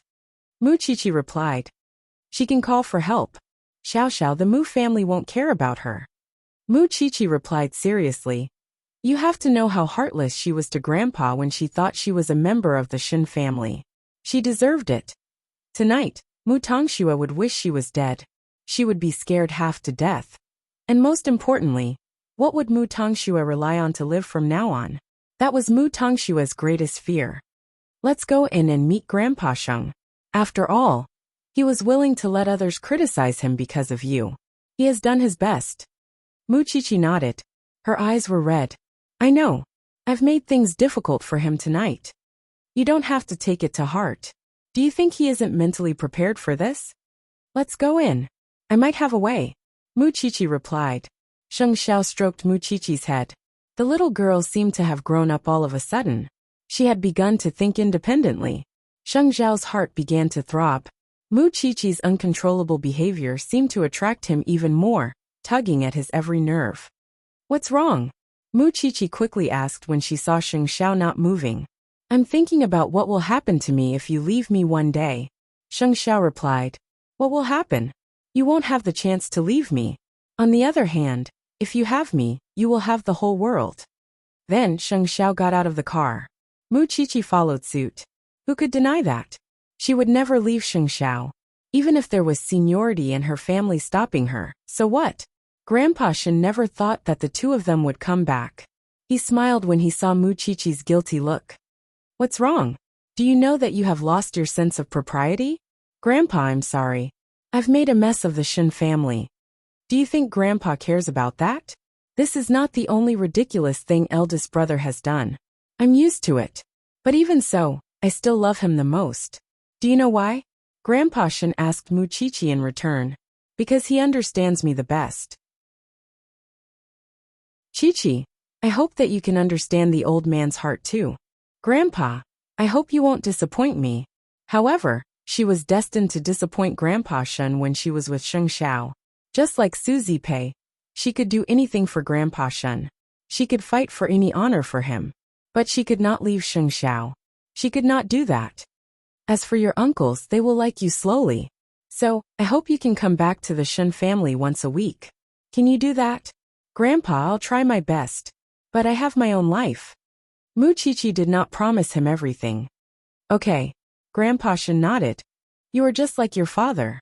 Although you are a troublemaker, you have your own way of living. The daughter of the Shen family should have a unique charm. The few of them were chatting in the study when second aunt knocked on their door with her phone. She sounded very anxious. Dad, hurry up and open the door. It's urgent. What's the matter? Grandpa Shen shouted at the door. Chapter 148. He's awake. Grandpa Shen's hands were trembling. Let's go now. All right, Jin Yun, and I will go there immediately. After that, second aunt's footsteps faded away. Mu Qiqi was still having mixed feelings at that moment. Qiqi, let's go together. Mu Qiqi shook her head and said to Grandpa Shen, Aunt Rong doesn't like me. I will go another day. The situation is too complicated today. When old Master Shen heard that, he did not know what was going on in the hospital. He did not know if Shen Jianchuan could take it, so he nodded. All right, I'll tell you after I go and take a look. You're tired today. Go back and rest. Mu Qiqi nodded and exchanged looks with Sheng Xiao. Grandpa Shen's mind was on Shen Jianchuan. He did not notice the expressions on Mu Qiqi and Sheng Xiao's faces. The three of them left the Shen family together. But Grandpa Shen was in a hurry to see his son. On the way back, Mu Qiqi was silent. She did not know how to accept what had happened. It's too much of a coincidence. Sheng Xiao murmured when he saw Mu Qiqi not saying anything. What's too much of a coincidence? Nothing. Let's go to the villa first. I don't want Aunt Rong to worry. Sheng Xiao told Mu Qiqi that it was too much of a coincidence. He was referring to the time when Shen Jianchuan woke up. It was too much of a coincidence. It had been more than 10 years, and there was no sign of him waking up. But he woke up on the day when Mu Qiqi returned to the Shen family. Xiao, I want to go home. Mu Qiqi grabbed Sheng Xiao's arm and begged. Sheng Xiao glanced at her. Then he turned around and drove to the new house. He called Suzy Pei when he reached home. Suzy Pei asked Sheng Xiao to take good care of Mu Qiqi. She was not at home now. She was at Lu Wenhua's apartment. Sheng Xiao put his phone away. Then, he put his arm around Mu Qiqi's neck and brought her into the house. Mu Qiqi hugged Sheng Xiao's arm, unwilling to let go, because she felt that this was the warmest harbor for her. I'm very confused after this incident. I don't know if I should step into the mire of the Shen family. But that's my biological father. It's not easy for him to survive. I don't want him to ostracize me like the others in the Shen family. That's right. Mu Qiqi was behaving like that because Mama Mu's death was a huge blow to her. Seeing the people closest to her being burned into charcoal with her own eyes. Of course she felt terrible. Sheng Xiao had his arm around Mu Qiqi's neck. At this moment, he raised his hand and pinched her chin. He twisted her chin and made her face him. Even if the Shen family doesn't accept her now, it's just a matter of time. But now that my father is awake, He will marry Auntie Rong sooner or later. When that time comes, my identity will be even more awkward. What are you afraid of? Is there anything scarier than making our relationship public? Sheng Xiao laughed wantonly with a hint of playfulness. You know that I'm here for everything. This is the first time you've called me that. Mu Qiqi's chest swelled, and she threw herself into his arms. I like it when you call me that. Sheng Xiao hugged her and comforted the person in his arms. He cupped her cheek and kissed her at the right time. He also sucked on her sensitive earlobe, the earlobe with his name tattooed on it. Don't be like this. What else? Sheng Xiao blew into her ear in a sexy manner. Mu Qiqi's body went soft. She could only surrender. Soon, Sheng Xiao brought Mu Qiqi to the big bed that belonged to the two of them. He put Mu Qiqi down and took off his clothes. Then he threw them in the middle of the room. But when it came to Mu Qiqi, he grabbed Mu Qiqi's black dress and tore it from the center. I like this dress very much. Mu Qiqi quickly protested. But without the cover of the dress, her mature body looked beautiful and attractive. Then who do you like, me or the dress? Was there a need to ask? Mu Qiqi pouted. But Sheng Xiao sucked her in instantly. His warm hands passed through her body, leaving behind a series of sparks, making her feel empty. Sheng Xiao lowered his head and looked at her blushing face. He chuckled and lifted her chin. Let's let your father know what we're doing now. I wonder how he'll react. Mu Qiqi's face turned red. There was a hint of shock in Mu Qiqi's eyes at once. But Sheng Xiao did not wait for her reaction. He penetrated her directly. Even so, you're the only one I've chosen in this life. No one can stop me. Mu Qiqi's heart sank again. She was the one who started the relationship between her and Sheng Xiao. And she would never be the one to give up on Sheng Xiao. Xiao Xiao. It was an intense affair. It ended amidst the sweat and moans. At that moment, Mu Qiqi did not have the energy to think about the Shen family or Shen Jianchuan anymore. Just like what Sheng Xiao said, she would deal with whatever came her way. Maybe Rong Junhan had the support of the Shen family, but she had Sheng Xiao and Grandpa. On the other hand, Mu Tongxue stayed in the cemetery for the whole night. The next morning, someone went in and saw her fainted in the cemetery. Then she was sent to the hospital. But at that moment, Mu Tongxue was not sure if she was too frightened. She fell down. There was a cut on her forehead by a tree branch. Her bones were almost exposed. The stitches would leave a permanent scar on her forehead, and she would never be able to recover, unless she kept covering it with her bangs. When she woke up in the hospital, Mu Tongxue was completely lifeless. She just kept her eyes open. She did not know where to go. She did not know what was the meaning of living. Compared to Mu Qiqi's ruthlessness, Grandpa Mu's heartlessness made her completely give up. He gave her hope and made her despair. Perhaps, she would never be able to win against Mu Qiqi in this life. She had never won against Mu Qiqi before. It would be even more impossible in the future. And now, there was a scar on her forehead. On the other hand, Grandpa Shen and the others were still guarding at the hospital. Shen Jianchuan fell asleep again, after he woke up last night. So, Grandpa Shen did not get to see his son. So he stayed at the hospital until 8 o'clock in the morning. Shen Jianchuan opened his eyes. He saw Grandpa Shen looking at him anxiously. He wanted to say something, but he could not. He only breathed weakly. Dad. Grandpa Shen wiped his tears and patted him on the arm. It's good that you're awake. It's good that you're awake. Rest well. Don't waste your energy.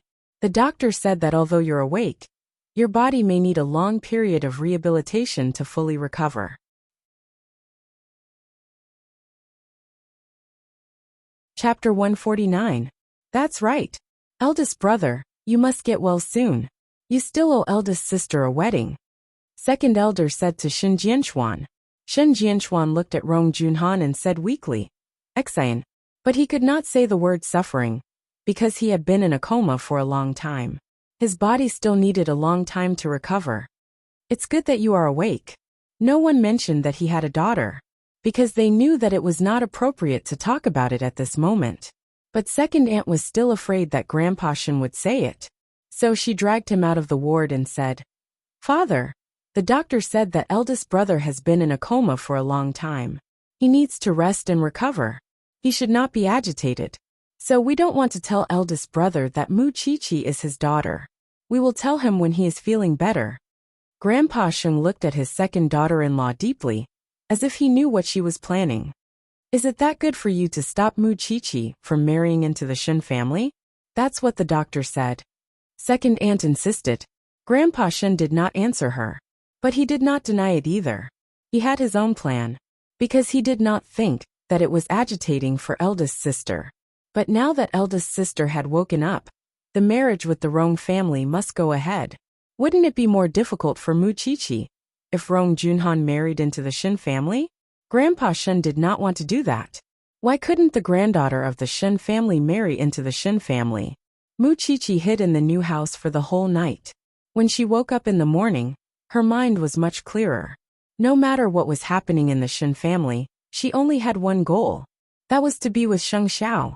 Since she was so determined, why should she be afraid of the Shen family? Moreover, he was her biological father. She did not believe that Shen Jianchuan would humiliate his daughter like Papa Mu. So, she went back to the villa early in the morning. How is it, Chi-Chi? Don't worry, Auntie Pei. Mu Tongxue will never be able to make a comeback. Her identity was exposed in public yesterday, Mu Chi-Chi replied. I locked her in front of Mommy's grave last night. I don't know if she is still alive or not. She deserves it. I'm just worried about your relationship with the Shen family. Aunt, how can the Shen family accept me so easily? I never have such a dream, but there's something I need to tell you. What? Su Zipei looked at Mu Chi-Chi seriously. Eldest young master Shen, wake up. Su Zipei understood what Mu Chi-Chi meant. I didn't expect that young master Shen could wake up. You have a father now, but I'm afraid that Rong Junhan will not be easy to deal with. Your mother used to be the obstacle between her and young master Shen. Now that you are involved, she will not tolerate you. Aunt, don't worry too much. I have Xiao Xiao. Mu Chi-Chi held Su Zipei's hands and comforted her. Now you should go and enjoy your life with Uncle Lu. I won't have much time to spend with you after school starts. Now that you've married into the Shen family, as your aunt, I can't embarrass you. So I've signed up for a lot of hobbies. I don't care if I'm not interested in finance or shares, but I have to understand them. Otherwise, people will laugh at me when I go out to socialize. A woman's greatest wealth was actually self-improvement. Alright, then we'll work hard together. Aunt, after I'm gone, please keep an eye on Mu Tongxue. You can't let her die. Don't worry. Su Zipei patted Mu Chi-Chi's head. Take good care of yourself when you go out for the military training. Okay. Mu Chi-Chi packed up her things and went back to the new house. Although Sheng Xiao would not be at home during the day, she felt more at ease staying in their little home. Everything in this villa was good, but there were no photos of the two of them. Although there was the smell of the two of them living everywhere, she still felt that it was not like a home. After that, Mu Chi-Chi packed up her clothes. Grandpa Shen called her. Xiao-Chi, when are you going for the military training? Tomorrow morning. Listen to my arrangements. Come and meet your father tonight. At least, let him know that he has a daughter. Since it was arranged at night, it meant that the Shen family did not agree to it. So Grandpa Shen planned to arrange the meeting between Mu Chi-Chi and Shen Jianchuan behind everyone's back. Grandpa, we still have a chance in the future. Some things should be done as soon as possible. Grandpa Shen was anxious. After all, Rong Junhan was the one taking care of Shen Jianchuan most of the time when he woke up. Alright. Mu Chi-Chi nodded, because she wanted to give herself hope. Then I'll call you tonight. After that, Grandpa Shen hung up the phone. Mu Chi-Chi was deep in thought. Then she texted Sheng Xiao. Grandpa asked me to go to the hospital tonight. Secretly meet your father. Yes, because the Shen family might not be happy about it. Do you need to care about their feelings? Sheng Xiao asked. Just go if you want to. Don't worry about the time. You are Brother Shen's biological daughter. Will Rong Junhan stop you? But you can't please this person, Sheng Xiao said. Then he asked Mu Chi-Chi, do you want to go? Yes. After all, he was her biological father. He was afraid that Rong Junhan would be the second Mu Tongxue. So, She would talk bad about her before Shen Jianchuan even met her. Then just go. You are my daughter. Why should I be afraid? You don't have anything to do with the Shen family. So you don't have to be afraid. Go. I'll come and pick you up after I'm done with my work. You will go to the military training tomorrow. I'll bring you out for a feast tonight. Okay. Mu Qiqi thought about it. Xiao was right. Her uncles were trying to stop her. But she did not need to be afraid. So, she called Grandpa Shen. Grandpa, I'm coming now. Okay. I'll arrange it. Grandpa Shen agreed. After the call, Grandpa Shen went back to the ward. He sat beside Shen Jianchuan. He grabbed his eldest son's hand and asked, Eldest son, do you know that you have a daughter? Father, are you confused? What are you talking about? Second aunt was stunned. She quickly stopped Grandpa Shen, because her main purpose of staying in the hospital was to prevent Grandpa Shen from telling others about it. But Grandpa Shen looked at her coldly. Why don't you change your surname to Rong? What do you think? Father, didn't we agree? I didn't agree with you too. I just want to tell eldest son about it. Do you know that you have a daughter? Shen Jianchuan was stunned. He shook his head. Su Ziqing is your daughter. She has been raised by the Mu family for 18 years. But your brothers are afraid that your sister-in-law will be unhappy. So they did not want to tell you about it.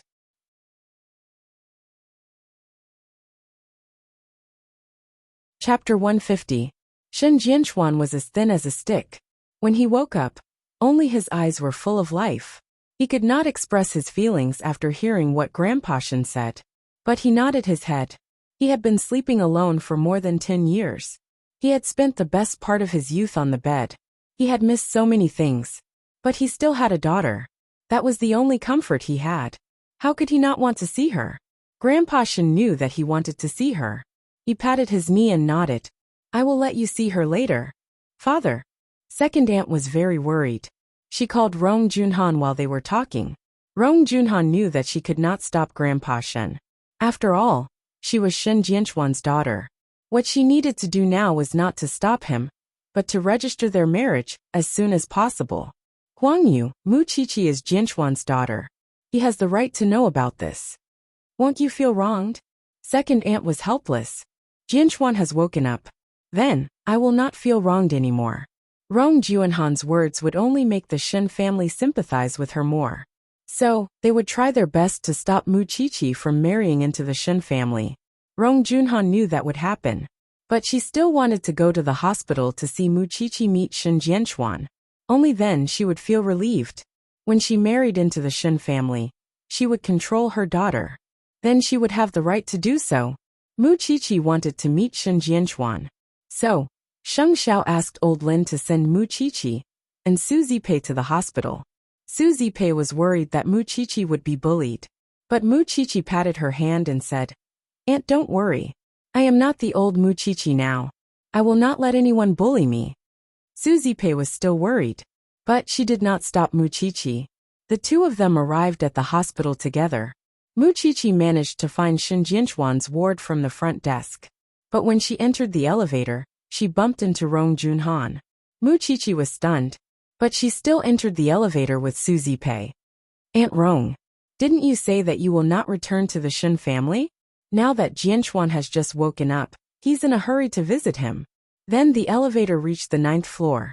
Rong Junhan walked out of the elevator first, followed by Mu Qiqi and Su Zipei. Second aunt was at the door of the ward.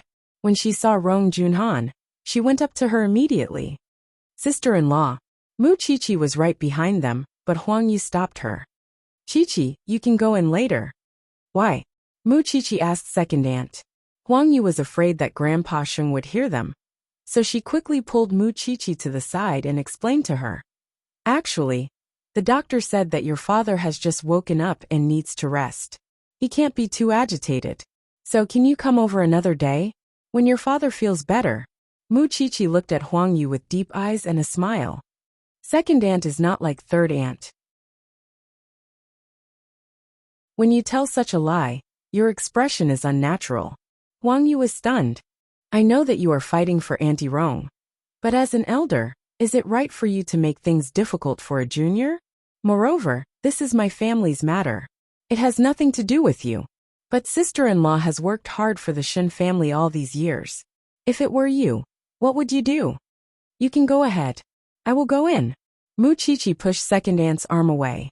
Second aunt, please know your place. Shen Jianchuan is my father. It's only right for a daughter to visit her father.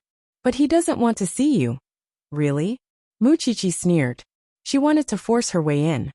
Whether he wants to see me or not, he will know after he goes in. You can't go in. Muchichi knew that Huang Yu was purposely making things difficult for her, so she did not want to give her face. She took out the recording pen that Sheng Xiao gave her. I don't want to make things difficult for you.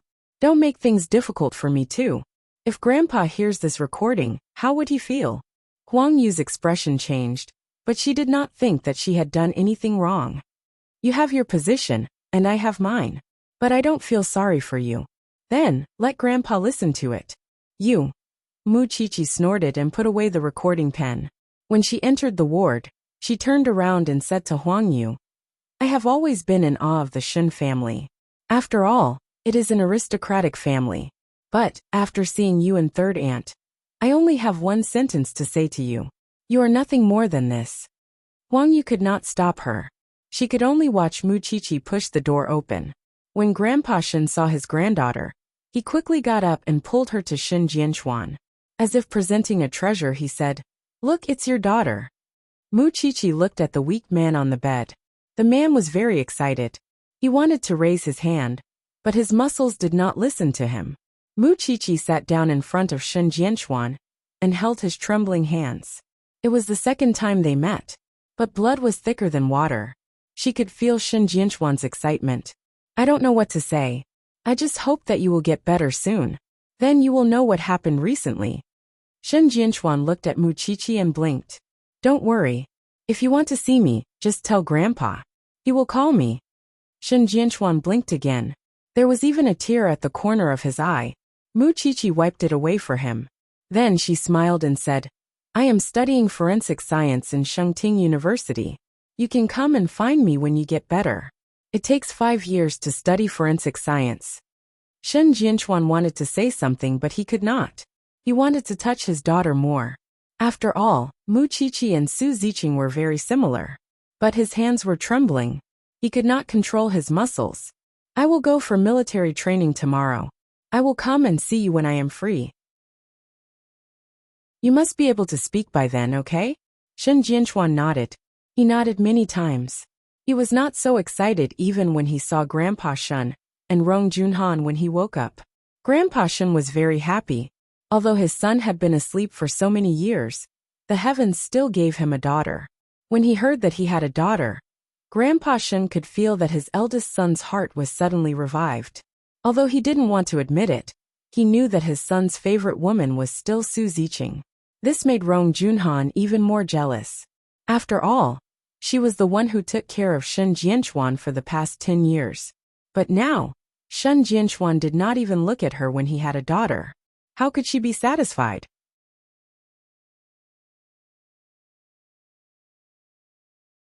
Chapter 151. Grandpa, I need to pack my luggage later. I'm leaving now. Shen Jianchuan grabbed Muchichi's hand. He was reluctant to let her go, but Muchichi winked at him, indicating that she would come again when she had time. Shen Jianchuan let go of her hand. Let's go. I'll send you out. It's okay. I'm outside. Muchichi got up and glanced at Shen Jianchuan. Then she left her father's ward. Outside the ward, Su Zipei and Huang Yu seemed to have talked to each other. Both of them looked strange. But Muchichi did not ask. Aunt, let's go. Did you see him? Su Zipei asked. Yes. Muchichi nodded. She deliberately raised her voice. Dad is very happy to see me. He hopes that I can come and see him often. Humph. Huang Yu snorted. That's good. Let's go home. We have to wake up early tomorrow. They walked out of the hospital together. But Muchichi had already received a message from Sheng Xiao. He would be at the hospital soon. Aunt, you and Uncle Lin can leave first. Xiao Xiao will come and pick me up. Okay. Take care of yourself. As long as Sheng Xiao was there, Su Zipei would be at ease. Because he would take good care of Muchichi. He would never let Muchichi be bullied. Muchichi watched Su Zipei leave. Then, she found a secluded place and waited for Sheng Xiao. A moment later, a black Maybach stopped in front of Mu Qiqi. Mu Qiqi opened the door and got in. She saw Sheng Xiao wearing sunglasses. His handsome face was mesmerizing. "Why did you change your car again?" Sheng Xiao actually liked yellow sports cars. But he had not driven such an eye-catching car for a long time, because he wanted to date her. "Did you see Dad?" Sheng Xiao asked. "Yes." Mu Qiqi nodded. "I think he will be a good father. But I was stopped by second aunt at the door just now. Aunt Rong obviously doesn't like me. Your father is not someone who can be tricked easily. He used to be like me." Sheng Xiao answered Mu Qiqi while driving. "He is also a passionate man. He will not be influenced by women. So you don't have to worry. But he can't move right now. Little one, this is how you can tell right from wrong." Sheng Xiao pointed at his own head. "And one more thing, Mu Tongxue is gone." "How so?" "They're either dead or hidden." Sheng Xiao brought her to the revolving restaurant they used to go to, because it was the only place that was absolutely hidden. Mu Qiqi liked it too. The night view at night was not bad. "Isn't it obvious that even you can't find it? But it can't be the Mu family." "That's interesting." Sheng Xiao led Mu Qiqi out of the car. The two of them hugged each other like a couple in love. Soon, the two of them entered the private room. The first thing Sheng Xiao did was to hold Mu Qiqi on his thighs. Lifting her chin, he asked, "You're going to leave for a week. How are you going to compensate me?" "I will miss you very much, even in my dreams." Mu Qiqi quickly said. "We haven't been apart for more than a year. That's why I won't be used to leaving you." "Xiao Xiao." Mu Qiqi's last word was filled with endless grievance and coquettishness. Sheng Xiao enjoyed it very much. Military training is in a place full of male hormones. Mu Qiqi said nothing. She simply unbuttoned Sheng Xiao's shirt and licked his collarbone with her tongue. Sheng Xiao's entire body tensed. He almost couldn't hold back and pressed her down on the table, although he had done that before. "No matter where I am, you will know what I'm doing and who I'm in contact with, won't you?"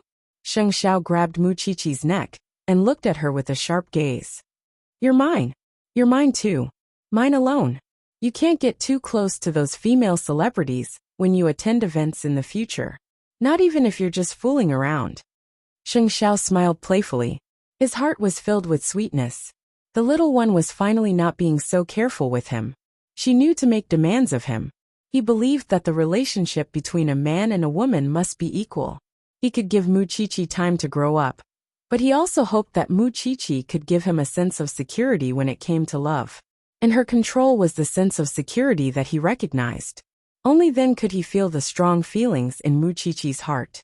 And he liked being cared for like that. So he couldn't hold back anymore. He kissed her fiercely and forcefully. The waiter who was holding the tray opened the door and saw it. He was shocked. Sheng Xiao didn't even look up. He simply told the waiter, "Get out. Close the door." The waiter blushed and quickly left the private room, so that the two could kiss as they wished. This time, Mu Qiqi was clearly more proactive. But Sheng Xiao held back. "Let's go home and continue." Mu Qiqi's dress was in a mess. She looked very embarrassed. But Sheng Xiao held her tightly in his arms and kissed her on the head. "You little one who made me lose control. I really want to eat you." "Then you eat me. You don't know what's good for you. Don't beg for mercy when we get home." Mu Qiqi laughed happily. She buried her head in Sheng Xiao's arms. Her heart was beating fast. In fact, she wanted to sacrifice herself for Sheng Xiao. She wanted to tell everyone about their relationship. She didn't care about the Shen family or the Sheng family. But she also knew that if she did that, she would completely ruin the happiness between her and Sheng Xiao. After they finished their meal in the revolving restaurant, they planned to go out to enjoy the night view. But when they walked out of the private room, they saw Duan Xiao, and sitting at the bar counter. He was hugging a woman, and they were kissing as if there was no one else around. Mu Qiqi saw that and glanced at Sheng Xiao. When they walked out of the restaurant, Mu Qiqi looked at Sheng Xiao worriedly. "Speaking of which, I haven't seen Qianqian for a long time. I wonder how she is now. Do you want to tell her? If they broke up, I have nothing to say. But if Duan Xiao and went out behind Qianqian's back, up to you." Sheng Xiao said. Then he brought her to the Ferris wheel. Muqiqi thought for a while.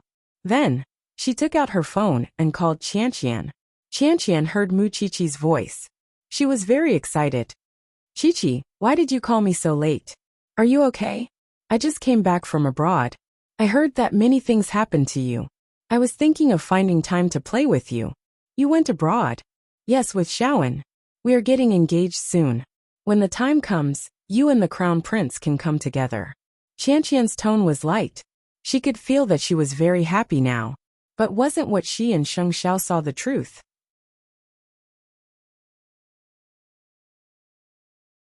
Chapter 152. Muqiqi lowered her head and thought for a few seconds. Then, she said to Sheng Xiao in a low voice, Xiao Xiao, Qianqian is my only friend. Then tell her. Sheng Xiao hugged Muqiqi tightly and led her out of the revolving restaurant. You don't have to come here anymore. But Xiao Xiao, have you forgotten? Duan Xiao and has seen you in the club. He knows about our relationship. He has to have the chance to tell others. Sheng Xiao said. Then, he led Muqiqi out of the restaurant and back to their new home. Seeing that Muqiqi had packed her luggage, Sheng Xiao's eyes darkened. He lifted Muqiqi over his shoulder. Xiao Xiao, weren't you seducing me unscrupulously in the restaurant? Sheng Xiao moved closer to Muqiqi's nose and stared into her eyes. I was. Now you have to bear the consequences. With that, Muqiqi's neck was bitten viciously by Sheng Xiao, and her body was held tightly in his arms. Muqiqi could not speak anymore. She was bitten for the whole night. She was only freed when the sky turned blue, but she felt as if she had just been fished out of the water. Her strength was completely drained. Of course, to avoid suspicion, Sheng Xiao did not leave any obvious marks on Muqiqi's body. The little one still had to see people. Of course, he cherished her reputation. Muqiqi was very tired.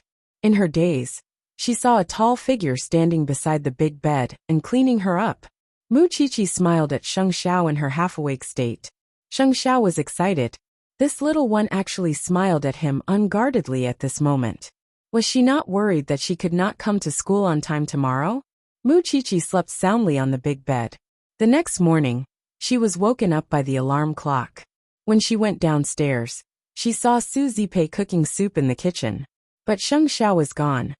Aunt, young Master Sheng called me early in the morning.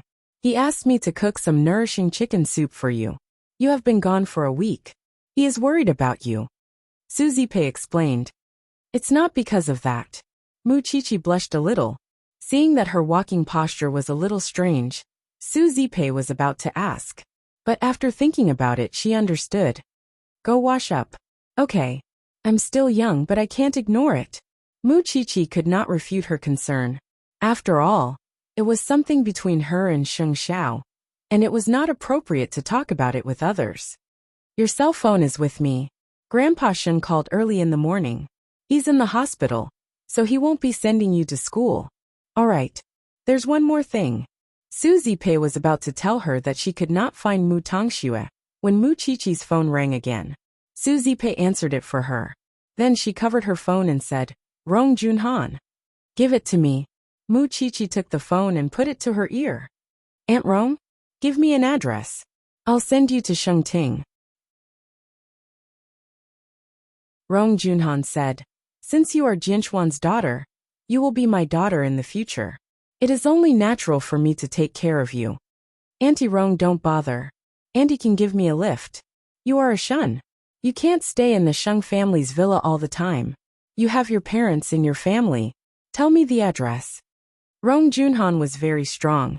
Moreover, Muqiqi did not know what she was planning. She undoubtedly hated Muqiqi's existence. But she still pretended to be kind to her. Who was she trying to fool? Muqiqi did not refuse. She told Rong Junhan the address of the villa. What did she say? She's not even married into the Shen family yet, but she's already the head of the family. She wants to send me to Shengting, said Muqiqi. Let's go, Aunt Rong. Let's pack up and go to the villa. Should I tell young Master Sheng? Muqiqi shook her head, because she knew that Sheng Xiao had his ways to find out about her. But she had not found a chance to tell him about Qianqian. Muqiqi did not know how to tell him about it. Not long after they arrived at the villa, Rong Junhan arrived in front of the villa, in her limited edition white car. She said to Mu Chichi when she saw her, "Put your luggage in the car. Let's go." "Aunt Rong, I'm leaving now." Mu Chichi put her luggage in the trunk and said goodbye to Su Zipei. Su Zipei looked at Mu Chichi worriedly. But Rong Junhan was Shin Jianchuan's fiancé now. She had the right to take care of Mu Chichi. Mu Chichi got into the car and fastened the seatbelt. But there were many barriers between them. Moreover, Rong Junhan was driving fast on the road. "Mu Chichi, I know what you're thinking. Although you're acting like you don't want to go back to the Shin family, you've already planned it, haven't you? Jianchuan is your father. It's only a matter of time before he brings you back to the Shin family. You're just trying to buy people's hearts. Am I right? When you go back to the Shin family, you'll be the rightful eldest daughter of the Shin family. And I'll become a joke." "Aunt Rong, if it's you, how can you not hate me?" Rong Junhan slammed on the brakes and stopped the car. Her eyes were filled with extreme anger. "From now on, we'll have to live in torment every day. After all, I can't suffer alone. There's one more thing I must tell you. Your father and I are getting married soon. So from that day onwards, I'll be your mother in name. I'll do my best to take care of you." Mu Chichi understood the meaning behind Rong Junhan's words. So she remained calm. "I know you mind my existence, but I'm not a clay figurine. You can crush me easily. So, you came to see me off today just to declare war. I'm just telling you not to dream about things that you can never get. For example, fatherly love. You didn't get it when you were in the Mu family. You won't get it when you're in the Shin family. I won't give my enemy any chance to live. Don't you want to marry into the Shin family? I'll let you know that marrying into the Shin family is much harder than not marrying at all." Mu Chichi thought that Rong Junhan would pretend to be sincere. But now that she had revealed the truth, Mu Chichi felt more relaxed. Because she did not have to pretend anymore. "If you think that I'm easy to bully, just come at me." Mu Chichi did not take Rong Junhan's warning to heart. "When the time comes, don't go for wool and come home shorn. Don't lose what you already have. The military training will last for a week, right? I'll come and pick you up then." Of course, Rong Junhan did not care about Mu Chichi at all. She was just a little girl. But at that moment, Mu Chichi suddenly had a bold guess. The Mu family would not hide Mu Tangxue. So who else could she be useful to?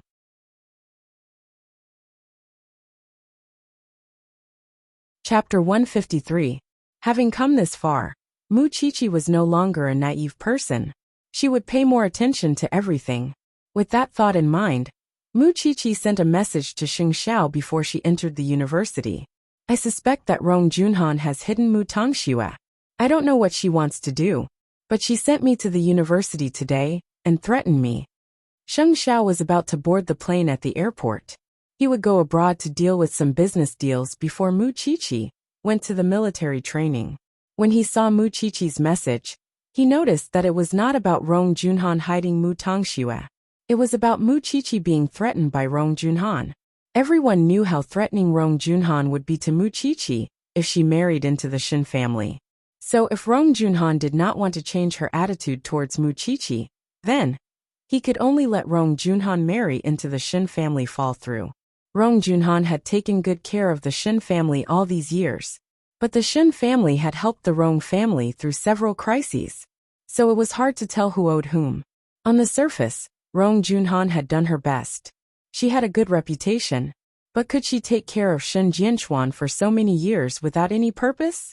Previously, he had suspected that the timing of Shin Jianchuan waking up was too coincidental. However, if he wanted to investigate, it might take some time. Mu Chichi thought that Sheng Xiao would not reply to her. She was about to call Qianqian. But Sheng Xiao's reply was enough to make her laugh. Then threaten her. "Can't you do that?" What was Rong Junhan? Although Mu Tangshua's words were not pleasant, she was telling the truth. She was an outsider through and through. "I know you love me." After replying, Mu Chichi scrolled to Qianqian's number. She could only think of the scene she saw last night. Mu Chichi's expression became much more serious. "Hello, Chichi. Qianqian, I am going to the military training soon. But there is something I want to tell you," Mu Chichi said awkwardly. She was afraid that she would hurt Qianqian. But at the same time, she was afraid that Qianqian would be fooled again. Tell me. I am listening. Xiao Xiao and I were at the revolving restaurant last night, but before Mu Qiqi could finish, Qianqian quickly interrupted her. I know what you want to say. Qiqi, let's talk about it when you come back, okay? Now hurry up and go for your military training. Before Mu Qiqi could ask anything else, Qianqian hung up the phone in a hurry. Her attitude was very strange. If that was the case, Qianqian must have known about Duan Shaoan. If she knew that he was looking for other women, why did she still get engaged to him? They were friends and childhood sweethearts. Everything seemed to be perfect. However, Duan Xiao gave Mu Qiqi the feeling that he was restless. But why would Qianqian tolerate Duan Xiao? And when she hated evil and her family was well off, she couldn't figure it out. But no matter what, this was someone else's business. No matter how worried she was, she could not go to Qianqian and ask her to break up. With that thought in mind, Mu Qiqi turned around and entered the university. This was her path as a forensic doctor, and also her own choice. In fact, Qianqian did know about Duan Shaoan. As the engagement approached, more and more people told her that they saw Duan Xiao and having sex with another woman. Therefore, after hanging up the phone with Mu Qiqi, she really wanted to go to the Duan family and question Duan Shaoan. He had promised her that he would not flirt with other women. Why did he have to be so brazen when it was close to the engagement? Qianqian liked to stand up for others, but when things happened to her, she would show her cowardice and give in. It was not that Duan Xiao did not like her. She could feel it. But Duan Xiao preferred the colorful world outside. He liked young girls who did not need money. She knew that. But she had liked him for so many years. She had already accepted her fate. After the engagement, both of them would go abroad to study. This was the future she had envisioned. She could try to change Duan Shaoan. She thought she could influence him with love. But even Qiqi could see Duan Xiao having an affair outside. At the end of the day, she was just an 18-year-old girl. She liked someone so much that she had no dignity. Forget it. She would endure it. After the engagement, she would be able to restrain Duan Shaoan. She knew it. At that moment, Mu Qiqi did not know what happened to her best friend, because she was about to enter the cruel military training. Of course, she was not surprised by Mu Tongshue's whereabouts. Rong Junhan had taken Mu Tongxue away. Moreover, Mu Tongxue was sent to her dance school. Mu Tongxue did not know Rong Junhan's intention, but she was afraid from the bottom of her heart, because she did not know what the young mistress of the Shen family would do to her. From today onwards, I want you to imitate Mu Qiqi. You must look exactly like her, from the way she speaks to her, even the way she walks. Mu Tongxue was shocked when she heard what Rong Junhan said. But we can totally tell each other apart from our appearance. All these can be faked. I want you to pretend to be Mu Qiqi in front of Jianshuan. You must ruin Mu Qiqi's image in his heart. I will arrange the time. But you have no other choice. Because you have nowhere to go.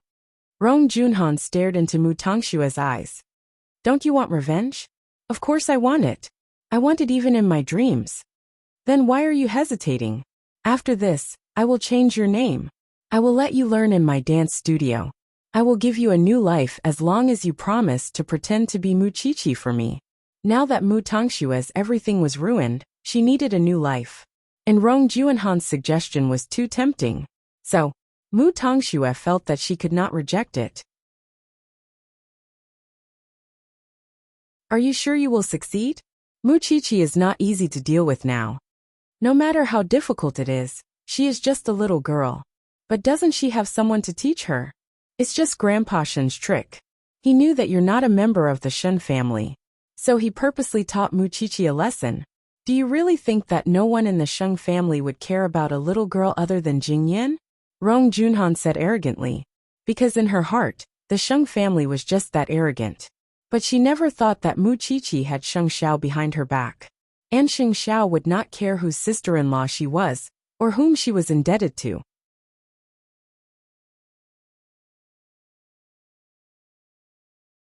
Chapter 154.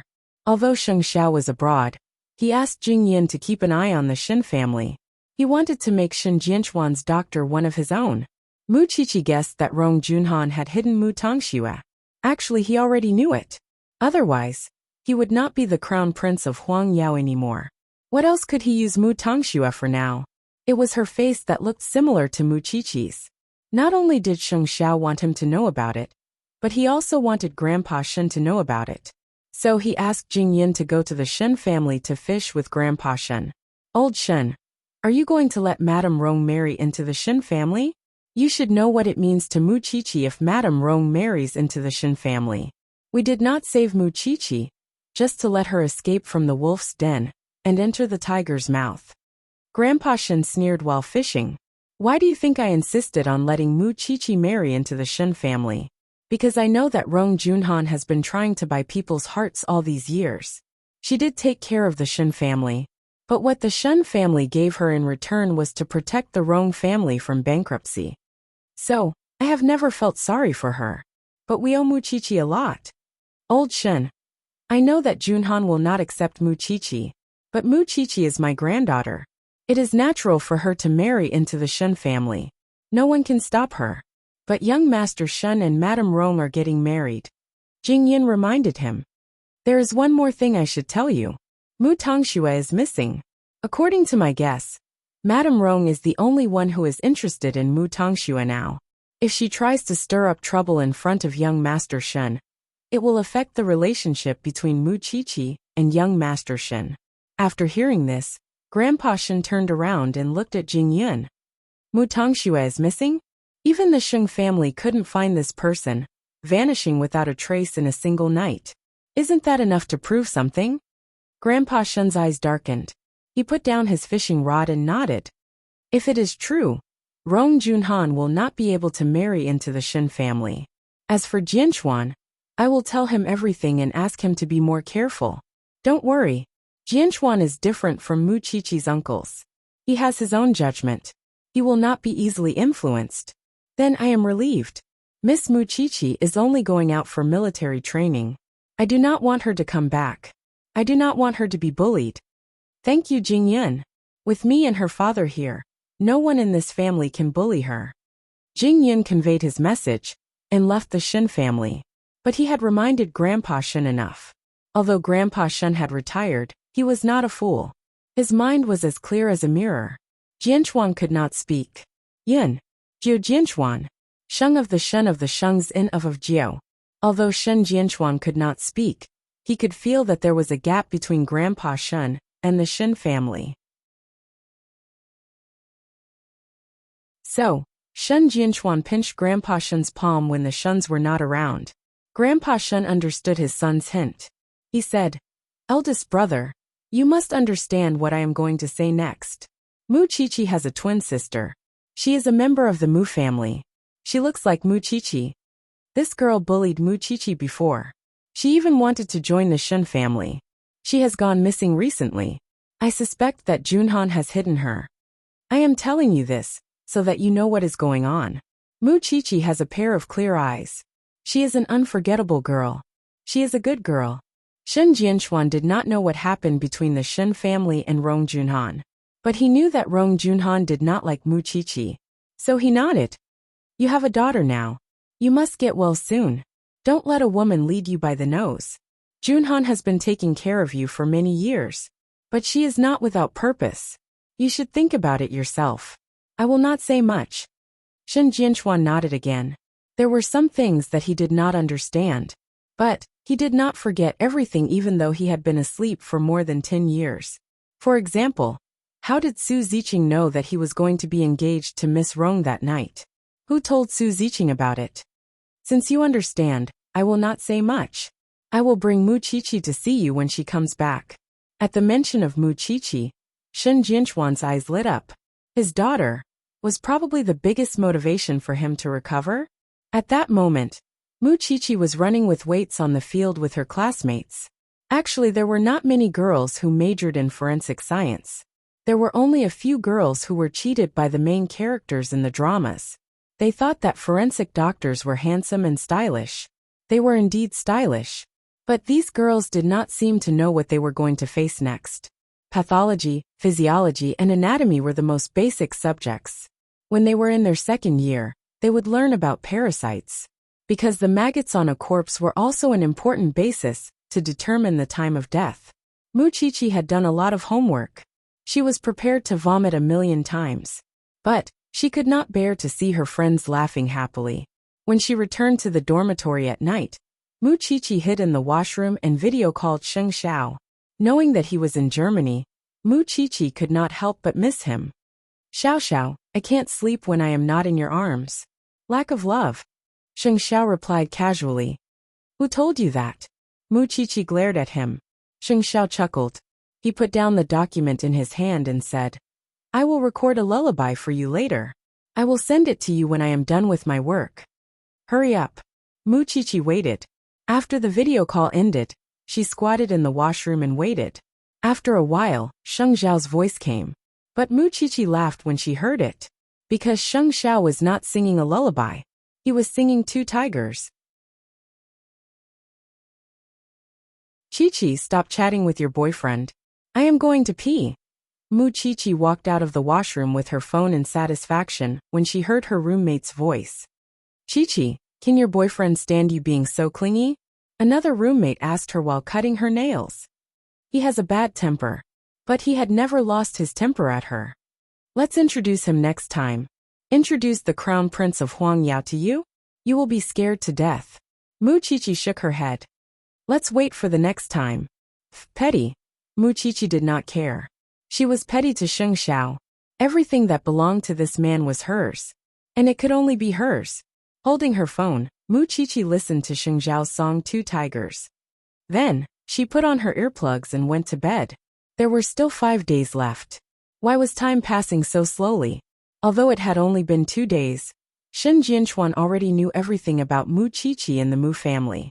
He also knew that Rong Junhan had instigated the Shen family not to admit Muchichi's identity. His daughter.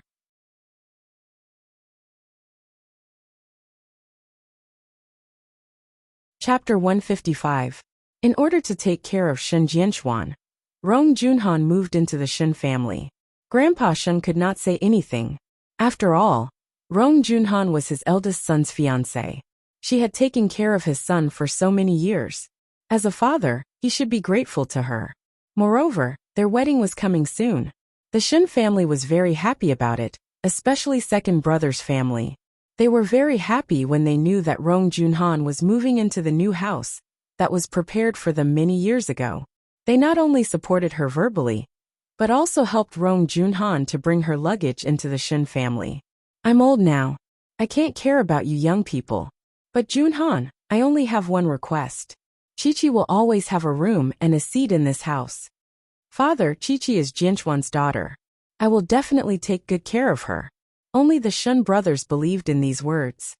Father, eldest sister has always been fair. Are you afraid that she will bully Chi-Chi? No one dares to touch Chi-Chi when I'm alive. But what if I'm dead? Grandpa Shen snorted. I know you don't like Chi-Chi. You don't have to pretend in front of me. Father, isn't it good for Chi-Chi to stay in the Sheng family now? Second Aunt Huang Yu chimed in. At most, when she comes back from military training, we as her aunts can't take care of her? Junhan, since you and Jianchuan have decided to hold the wedding earlier, you must make sure that Chi-Chi is well taken care of. You can't let my granddaughter suffer. I know, Father. Shen Jianchuan needed a long time to recover. It would take at least 1.5 years. To fulfill Rong Junhan's wish, Shen Jianchuan agreed to hold the wedding earlier. But he might have to sit in a wheelchair at that time. This woman had been by his side for so many years. He should give Rong Junhan a title, because he needed to find out the truth. If Rong Junhan was innocent, he would certainly treat her well. But if Rong Junhan had really done something that would harm others and herself, he certainly could not let her go so easily.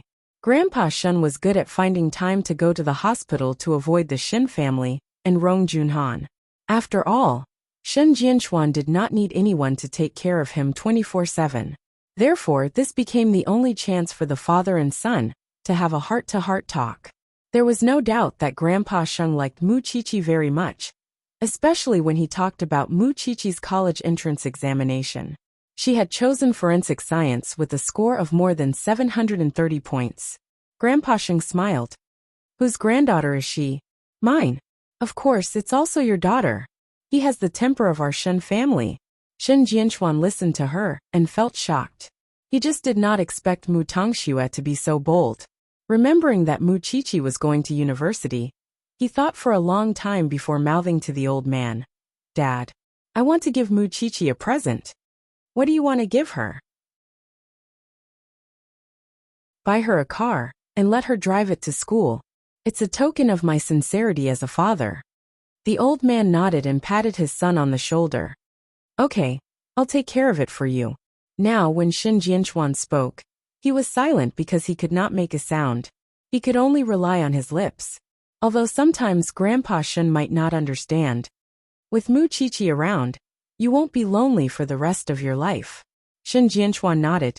His eyes were filled with hope. He was a father now. He wanted to protect his daughter, especially when he heard that Mu Qiqi had suffered a lot in the Mu family.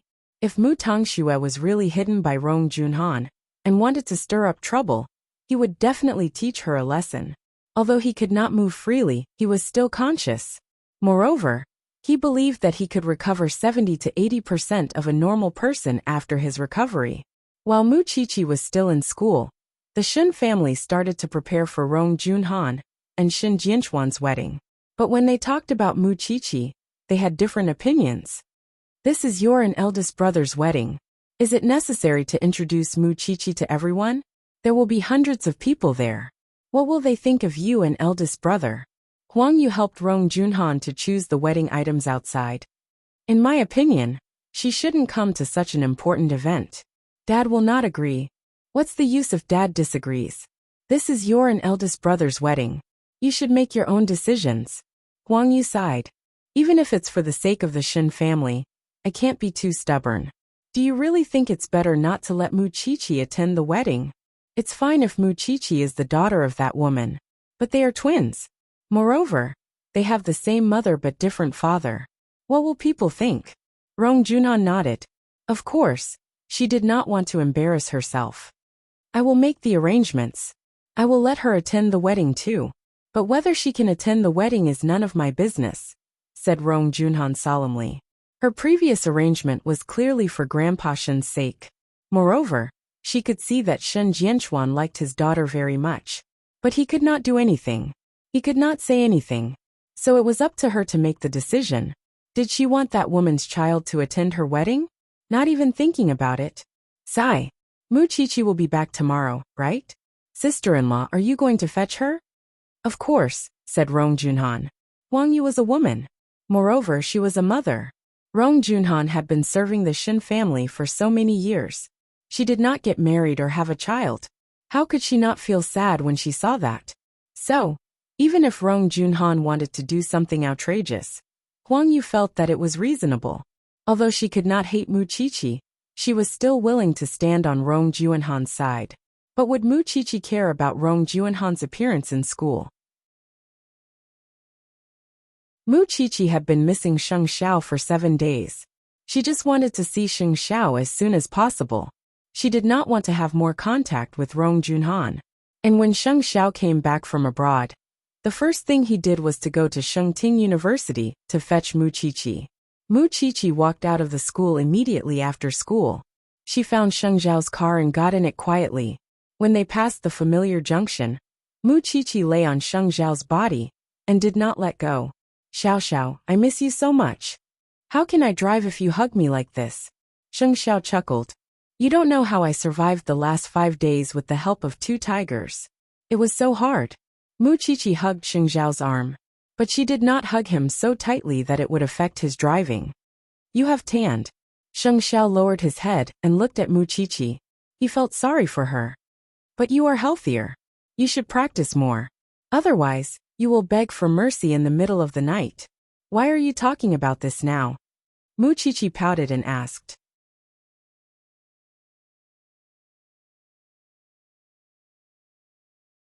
Chapter 156. Shouldn't they have gotten married a long time ago? It dragged on for so many years. When Mu Qiqi talked about this matter, her eyes were clearly emotionless. She did not think that this was within her jurisdiction, but I don't want her to marry into the Shen family. Because of me? Muchichi asked in surprise. Not just because of that. There are many things about this woman that are suspicious. So it might not be a good thing for everyone in the Shen family if she marries into the Shen family. Of course, I don't care about other people's business. But I can't ignore it as long as it's about you, Sheng Xiao answered. Muchichi nodded. The grievance she felt after being exposed to the sun for 7 days was gone. Xiao Xiao, you have done many things for me since the day we met. But I have never done anything for you. You still have many things to do for me. Why do you fight with me? Sheng Xiao said meaningfully. Did his little one not know that she was going to have children in the future? Rong Juanhan's car arrived at the school gate soon after they left. But Rong Junhan did not get her as she wished. Then she called Muchichi. Where are you? I'm at the gate of your school. I'm sorry, Aunt Rong. I'm already home. Muchichi answered directly. I told you before I sent you there that I would come and get you. Rong Junhan sounded like she was blaming her, because she hated it when people didn't take her words seriously and took them to heart. I didn't agree. Then Muchichi hung up. She dared to go against Rong Junhan. The reason why Rong Junhan was so proactive was not only because she wanted to show Grandpa Shen, but also because she had installed a camera in her car. She wanted to record Muchichi's every move, so that Mu Tongxue could imitate her. If Muchichi did not interact with her, how could Mu Tongxue imitate her perfectly? After all, Mu Tongxue had too little material in her hands now. Now it seemed that Muchichi was not just difficult to control. Her rebellious nature was very obvious. She was just an 18-year-old girl. Could she do anything? That was right. Sheng Zhao's little one had been on the national news. Wasn't she going to turn the world upside down? Sheng Xiao laughed when he saw Muchichi hanging up on Rong Juanhan's call. My Chi'er has grown a lot. The Shen family loves her so much. How dare you hang up on her? It's good enough that I hung up on her. I won't pick up her call next time. Muchichi put away her phone and continued to hold Sheng Zhao's hand. The two of them returned to the small villa together. But what surprised Muchichi was that Su Zipei was still in class and had not returned home. In order to be worthy of Muchichi and Lu Wenhua, Su Zipei had been improving herself every day. Forget it, Xiao Xiao. Take a seat. I'm going to take a shower. It's too uncomfortable to wear this camouflage uniform. With that, Muchichi went upstairs. Sheng Xiao followed behind her. He liked the camouflage uniform she was wearing. Since Su Zipei was not here, he would let him have a good meal first. So when Muchichi opened the door, Sheng Xiao carried her on his shoulder and put her on the big bed in her room. Muchichi was startled. She quickly resisted. I'm dirty. I've even jogged after school. Next time, put on a white coat and show me. Sheng Xiao did not mind what she said at all. Moreover, there was a faint fragrance on her body. It was the unique smell of a young girl. Sheng Xiao hugged Muchichi. He missed her more. So, Muchichi did not struggle anymore. She said to Sheng Xiao, let's go to the bathroom. Sheng Xiao carried her into the bathroom. Then he put her on the washstand. Muchichi was wearing the camouflage uniform. She had the sunshine and beauty of youth. It made people want to get close to her. Xiao Xiao, I miss you. After saying that, Muchichi started to sing the song Two Tigers. Sheng Xiao could not hold back anymore. He grabbed her neck, pulled her to him and kissed her. But just as they kissed passionately, Su Zipei returned to the little mansion. She knocked on Muchichi's door. Chichi, are you back? Although it was no secret to Su Zipei that they were living together, wouldn't she die of embarrassment if Aunt Zipei saw them being so intimate? Sheng Xiao seemed to read her mind. He deliberately bit her lips to stop her from making a sound. Muchichi was so anxious that she almost cried out. Su Zipei saw that Muchichi did not respond. Then she saw Sheng Xiao's car downstairs. She guessed what was going on in the house. So she tactfully went downstairs. Muchichi quickly pushed Sheng Xiao away when she heard the footsteps getting further away. It's too embarrassing if Aunt Zipei finds out. She already knows anyway. Why not continue? With that, Sheng Xiao did not wait for Muchichi to resist. He gave her a solid bath. However, he did not use the water in the bathroom. When they went downstairs 2 hours later, Mu Qiqi had already taken a bath. Sheng Xiao looked refreshed as if nothing had happened. Dinner is ready. Come and eat. Su Zipei greeted them. Aunt Zipei. Mu Qiqi was a little embarrassed. I will go to Wenhua tonight. You can stay here or go home. It's up to you. Su Zipei deliberately avoided the topic. I have classes tonight. You and Uncle Lu. He is not feeling well these few days. I will take care of him there. Su Zipei explained. Mu Qiqi smiled and nodded. I know. Go ahead. Don't worry about us. I have also made some chicken soup. If you are going to the hospital, please bring it to your father. I am in a hurry, so I have to go now. Mu Qiqi looked at Sheng Xiao when she mentioned the hospital. She hung up on Rong Junhan today. She did not know what Rong Junhan was going to say in front of her father. Will father believe what Rong Junhan said? Won't we know when we visit him tonight? Sheng Xiao leaned back on the chair and answered. He looked lazy. He seemed very confident. Why don't we make a bet? Moreover, they are getting married soon. Rong Junhan must not want me to attend their wedding, right? I am a stain to her. You won't go if she doesn't want you to go. Sheng Xiao lowered his head and looked into Mu Qiqi's eyes. You are not that obedient. But, let's see if the wedding can be carried out first. Sheng Xiao picked up the bowl and chopsticks. He put Mu Qiqi's favorite dish in her bowl. Hurry up and eat. Let's go to the hospital. Are you going to show yourself? Sheng Xiao shook his head. It's not time yet.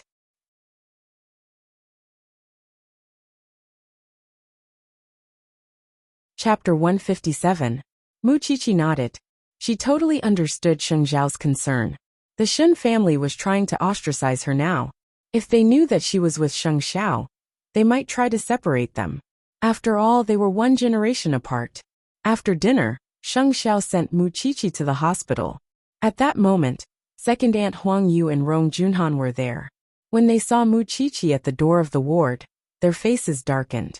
But they did not stop her, because it was meaningless to stop her now.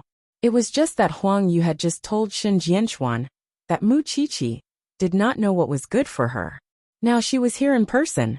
She felt a little ashamed of being caught red-handed. Mu Qiqi could feel the atmosphere in the ward, but she kept her composure.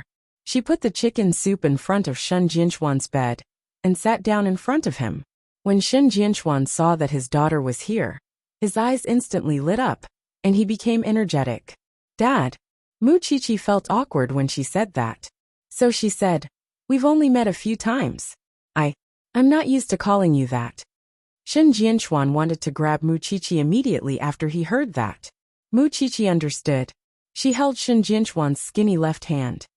What do you want to say to me? Qiqi, your Aunt Rong went to pick you up in the afternoon. Why did you leave alone? Do you know that your Aunt Rong waited for you in the school for 3 hours? Second aunt took the opportunity to interrupt the interaction between the father and daughter. Do you not respect your elders at all? Did the Mu family only teach you this? Mu Qiqi wanted to say something when she heard Huang Yu's question. But, Shen Jianchuan pinched the back of her hand. It was just a small movement. But Mu Qiqi could feel that Shen Jianchuan supported her. He was on her side. So, she turned her head and looked at Huang Yu. Second aunt, are you good at making things difficult for the younger generation? What nonsense are you talking about? Otherwise, why would you stop me from seeing my father again and again? Why would you talk bad about me in front of him? Mu Qiqi asked Huang Yu in a serious tone. Huang Yu shook her head. That's right. That's because your family did not teach you to respect your elders. Respecting the elders doesn't mean following blindly. If the elders told me to kill someone, would I do it? I know you don't like me because I blocked Auntie Rong's way and ruined the relationship between Auntie Rong and Dad. But I'm also a person of flesh and blood. I can't let you hurt me like this again and again. You have a sharp tongue. Second aunt could not win against Mu Qiqi in an argument, so she could only mock and snort coldly. Shen Jianchuan pinched Mu Qiqi's palm again, as if reminding Mu Qiqi not to deliberately pay attention to Huang Yu. If she did that, she would not let go. No matter how bad my upbringing is, I won't go overboard and meddle in other people's family affairs. Huang Yu didn't know how to refute, so she stood aside sulkily. Muchichi finally got some peace and quiet. Only then could she talk to Shen Jianchuan properly.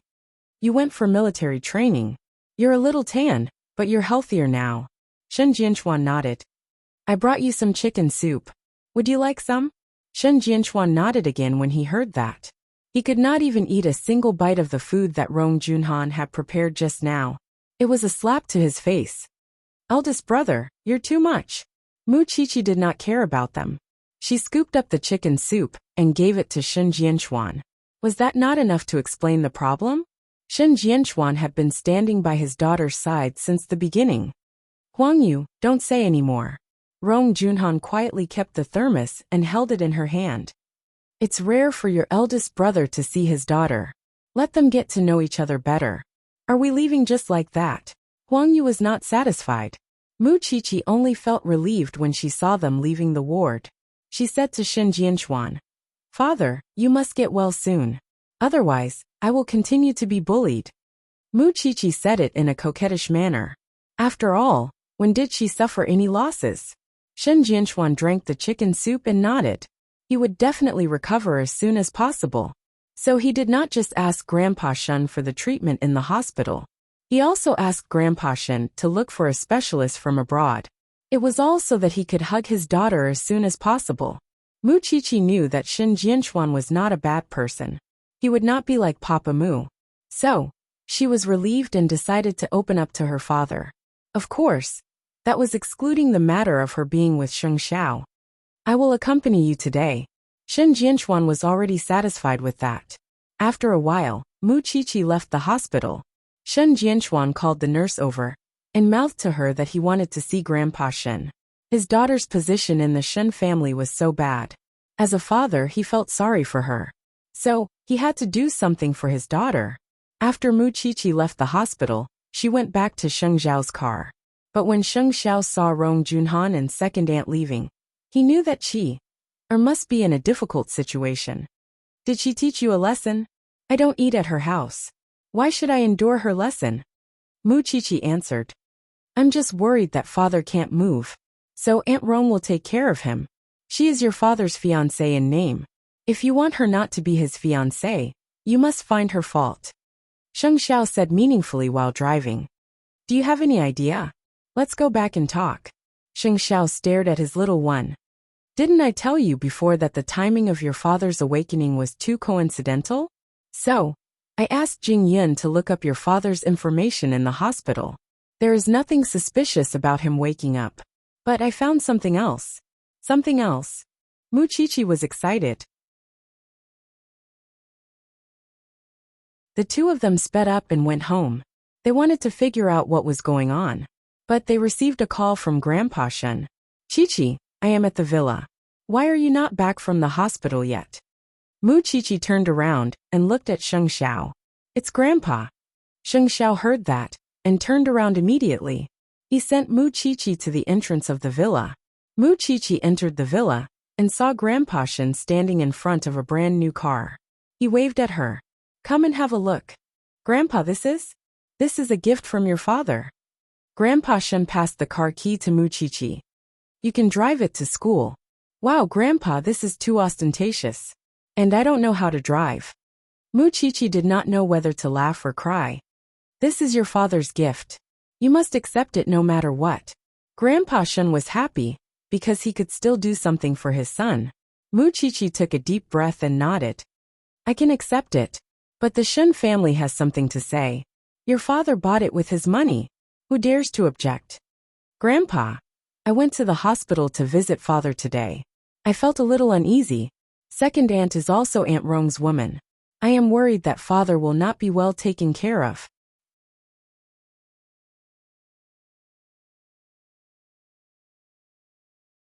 Chapter 158. Grandpa Mu was a military man. So he liked cars with a lot of space. It was a little exaggerated for a petite Muchichi to drive such a car. But Muchichi was still happy because it was a cool car. Grandpa Mu was satisfied when he saw Muchichi being so happy. Your father asked me to go to the hospital. I'll go now. I'll teach you how to drive some time. Muchichi smiled. She had the best driver. She didn't need Grandpa Mu to teach her. After Grandpa Mu left, Sheng Xiao entered the small villa. When he saw the car, he crossed his arms and said, "Your grandfather is really generous. It's a pity that I don't know how to drive. I know how to drive a lot of cars, but I don't know which one you want to learn." Mu Qiqi blushed. She knew that he was implying something, but she passed him the car key. "Let's go home first. Tell me what you found." "I can't wait." They drove the new car home. Sheng Xiao brought Mu Qiqi into the study. He took out the documents Jing Yin sent. "This is the copy of all the documents after your father was hospitalized. It includes the diagnosis of his injuries." Mu Qiqi quickly opened the documents, but she couldn't understand the professional terms. "Just tell me." Sheng Xiao turned her body and told her face to face. "To put it simply, your father was indeed seriously injured at that time. There were many injuries on his body, but those injuries were not the main cause of your father becoming a vegetable. The main reason why he became a vegetable is because of the impact. He was injured twice. There was a 2-hour gap between the two injuries." "You mean it was not done by the same group of people?" Mu Qiqi understood what Sheng Xiao meant. "If you were the one who hit him, would you hit him 2 hours later?" Mu Qiqi shook her head. "Most importantly, this diagnosis was taken from the discarded documents.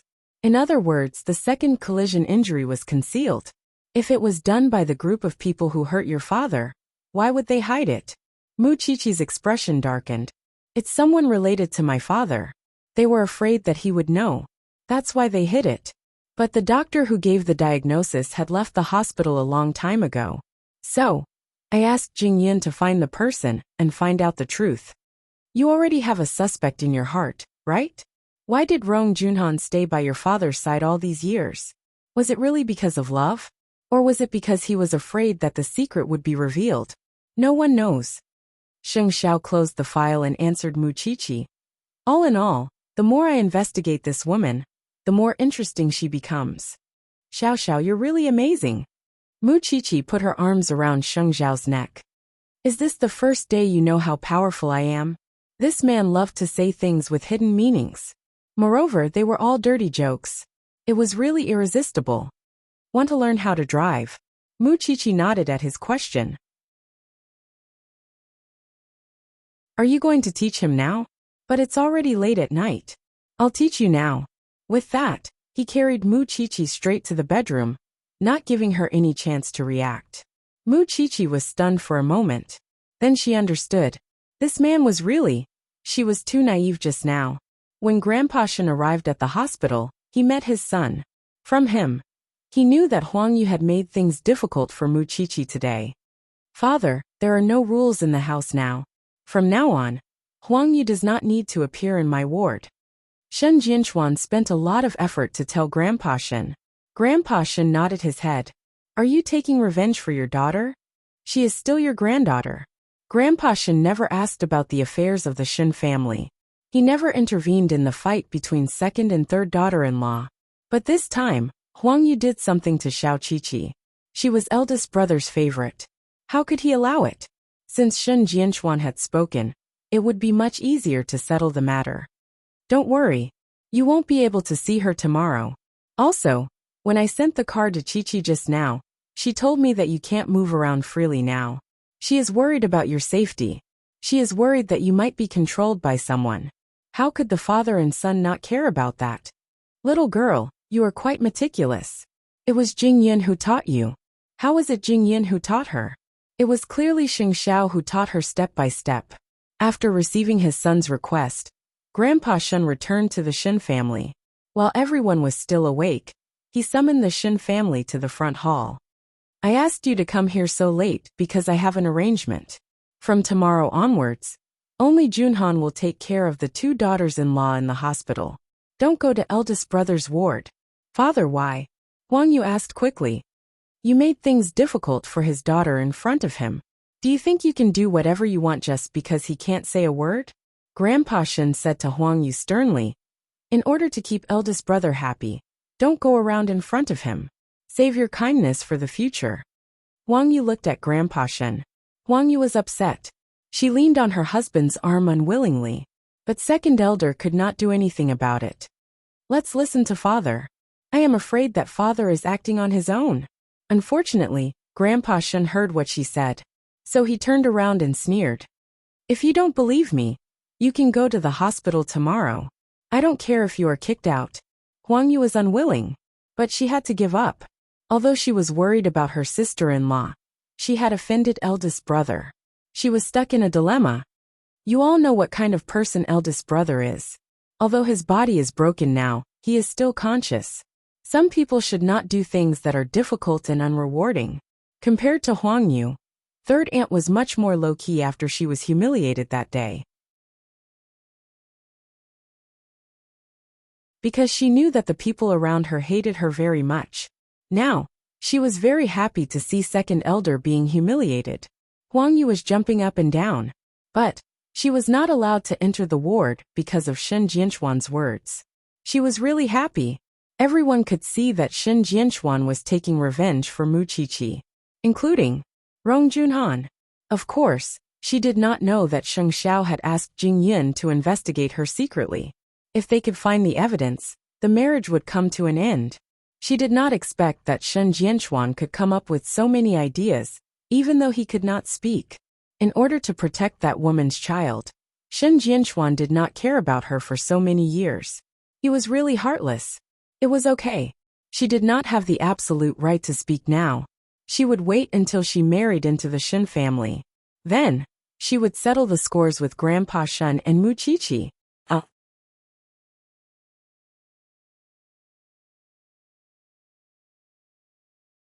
Chapter 159. Although she was not sure, she was sure that the girl who kissed Duan Xiao, and in the revolving restaurant, that night was very similar to this girl. Especially her side profile. She did not know what Qianqian was thinking after she called her that day. She did not even know when she would get engaged. Mu Qiqi had mixed feelings when she thought about it. What surprised Mu Qiqi even more was that Qianqian was already engaged. She was like a snail, hiding in her shell and deceiving herself. She did not listen to anyone's advice. She did not even tell anyone who saw Duan Xiao, Anne's affair. She just got engaged, because she did not want to cause any more trouble. Mu Qiqi did not take the initiative to contact Qianqian. It was because she felt that although she did not do anything wrong with Duan Xiao, and it was too much for Qianqian. So it was reasonable that Qianqian did not want to contact her. She thought about the last days in Eton. She and Qianqian were so carefree. Why did they have to bear more and more pain when they were adults and entered university? She was hurt by Mu Tongxue. Then she lost her mother. She had experienced the biggest change in her life. To confirm her guess, Mu Qiqi deliberately paid attention to the girls' department and classroom. She even saw the girls' dormitory. But she saw the girl driving a black car and driving past the school road more than once. After school, Mu Qiqi told Sheng Xiao about it. I think Qianqian, and I can't go back to the past. Of course, she did not tell you that she is engaged. Sheng Xiao told her frankly. She is engaged. Sheng Xiao nodded. The aristocratic circle was not small, but it was not big either. Mu Qiqi didn't say anything more, but she looked disappointed. Everyone had their own life, and she didn't have the right to criticize Qianqian's decision. Duan Xiao, Anne's lover, is in Shengting University. She does not want to wake up. It is useless for you to be anxious. Mu Qiqi sighed. That was all she could do. She thought that the relationship between her and Qianqian had come to an end. But she did not expect that Qianqian would contact her 2 days later. Qiqi, are you free? I want to meet you. Yes. Mu Qiqi quickly replied. So, after class, Mu Qiqi texted Sheng Xiao and told him that she would go to the cafe and come home later. The engaged Qianqian had indeed matured, but Mu Qiqi did not see a smile on her face anymore. Qiqi, actually I know. Mu Qiqi interrupted her. Although I don't know why. I'm pregnant.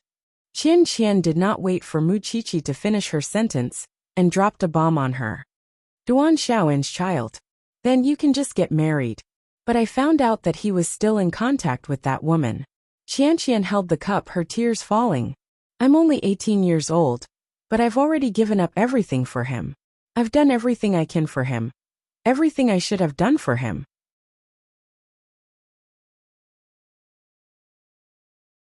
But in the end, I realized that men are really cheap. They like things that they can't get. Do your parents know about this? Yes. Qianqian nodded. But Qiqi, I really don't know what to do now. Mu Qiqi looked at Qianqian. She did not know what she had gone through in such a short time. I don't know how to persuade you now. I don't know if this child is important to you or not. Do you want it or not? I just want to say one thing. Duan Xiao, and is definitely not someone you can entrust your life to. After Qianqian heard that, she seemed to have made up her mind. I want the child. It's a life after all. But you're only 18 years old. I've made up my mind. I'll tell him. Mu Qiqi did not know what Qianqian was planning. Although her family did not lack money, Qianqian was still so young. Although the child was legitimate, Mu Qiqi always felt that she was shouldering something that she should not be shouldering at her age. Mu Qiqi was very touched when she saw Qianqian like this.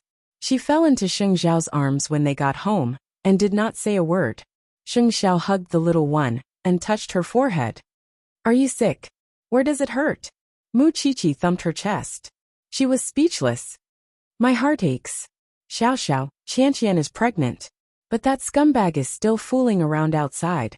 If your friend doesn't wake up, it's useless no matter what you say or do. Mu Qiqi knew that too. I just feel sad. Fortunately, you and Duan Xiao, and are not the same type of person. You are the person who treats me the best in the world. Sheng Xiao looked at Mu Qiqi and smiled. He did not care about her anymore. No one could say anything about Qianqian, because she did not want to admit it.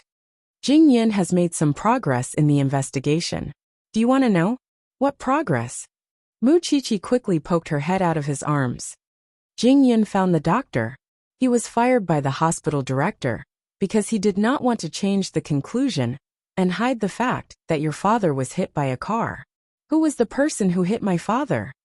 I'm afraid we have to look for the hospital director again. He is the answer to all the questions. Mu Qiqi lay on Sheng Xiao's body. She looked into his deep and dark eyes. Her heart was deeply attracted to them. Sheng Xiao saw her sticking out her butt like a kitten. He slapped her little round butt. Are you seducing me? Mu Qiqi quickly put down her butt. No. But I feel that your posture just now made my heart itch. Sheng Xiao said and hugged Mu Qiqi tightly. Little one, don't you know that a man who has sex is the one you should not mess with? But if we do this every night, will I be like Qianqian?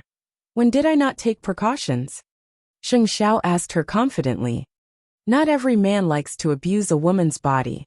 At least, I can't wait to love your body. Abortion is too harmful to a woman.